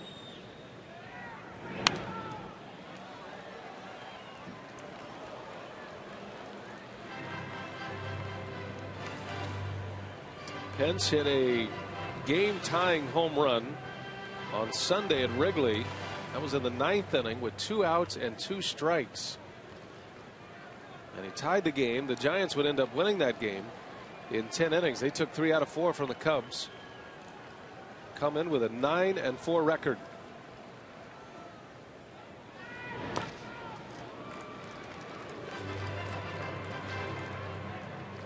Yeah, Luke's been doing a bang-up job tonight, bouncing around back behind home plate. Got hit by a couple of foul tips. Buster Posey knows what that feels like.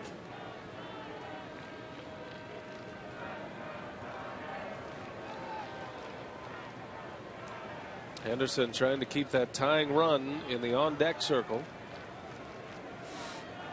Runner at second, the 1-2, and Pence swings and misses that nasty slider of Jim Henderson for the first out. It throws it hard, an 87-mile-per-hour slider from Henderson. It started about middle away, and then you can see how much it breaks, and Hunter Pence just waves at it. That's a good pitch. So 1 gone. Pence strikes out. That'll bring up Brandon Belt. Belt had 2 hits tonight. He's driven in a run. Outstanding first baseman Brandon Belt. Emerged as the everyday first baseman for the Giants last year. Aubrey Huff no longer with the Giants.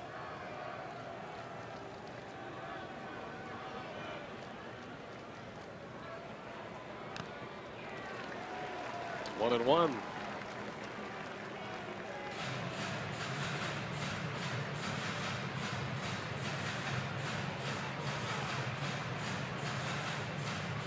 Jim Henderson. Well, he and Belt arrived to the big leagues in much different ways. Henderson surviving a decade in the minor leagues. Belt was a star at the University of Texas. And at a very young age, already a World Series ring. And now he slaps one back up the middle, a base hit. This is going to score a run. And the Giants will, in fact, bring the tying run to the plate. RBI single by Belt, who has 3 hits tonight. And it is 10-8. Yep, got a fastball down in the zone. Left-handers like it down there, and he hits it hard into center. Well, nobody said it was going to be easy. Yep, down and in, and Brandon Belt just drops the head of the bat on it and hits it hard into center field. Get that pitch up a couple inches, it might be a different result.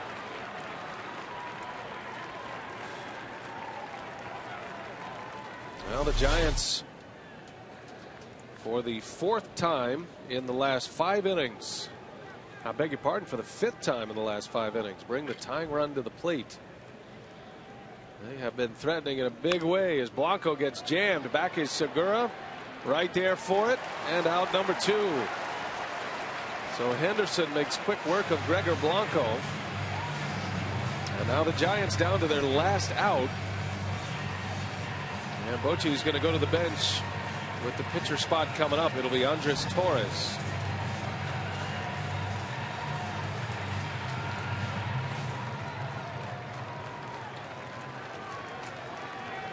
Brewers looking for their 4th win of the year. A victory would take them to 4-8. And the first winning streak of the season after a Sunday comeback in St. Louis.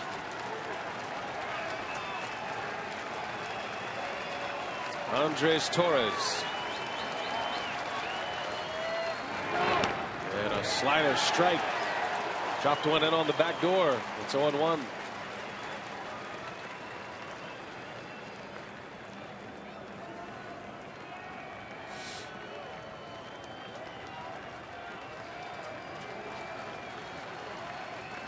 Bell takes off. Torres takes a ball, and the Brewers don't bother with Brandon Bell. Defensive indifference. No stolen base. Yeah, Brewers just trying to cover as much ground as they can. That's why they have Betancourt behind the runner.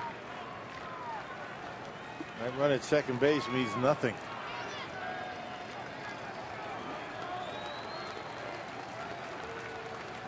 One ball, one strike. Here it comes. And a big cut. 96-mile-an-hour fastball from Henderson. And now the Giants down to their last strike.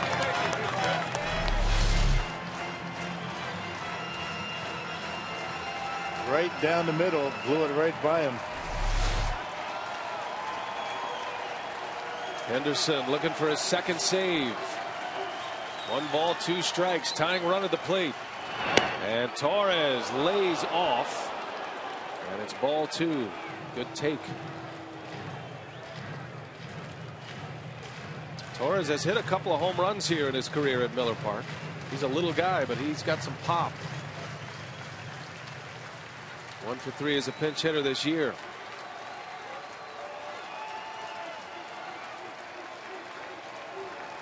Here comes a 2-2. Way outside. Ball 3.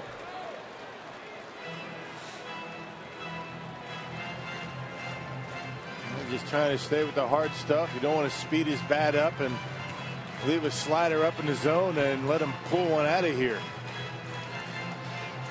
Make him hit your best pitch, and that's your fastball. The Giants were down to their last strike at Wrigley on Sunday. Pence hit the home run to tie it. Henderson hoping for a different result tonight. The 3-2. And Torres launches one right center. Back is Aoki. He's got room. He makes the play. And the ball game is over. The Brewers, with a wipe of the brow, win this one tonight against the reigning world champs. Kind of reminds you of that Chicago win. Well. Both of Henderson's saves have ended with catches just in front of the wall. So the Brewers win it. And now they've won 2 games in a row. That classifies as a winning streak, correct, Sean? We will take it. We have lots to talk about for Team Streak right now.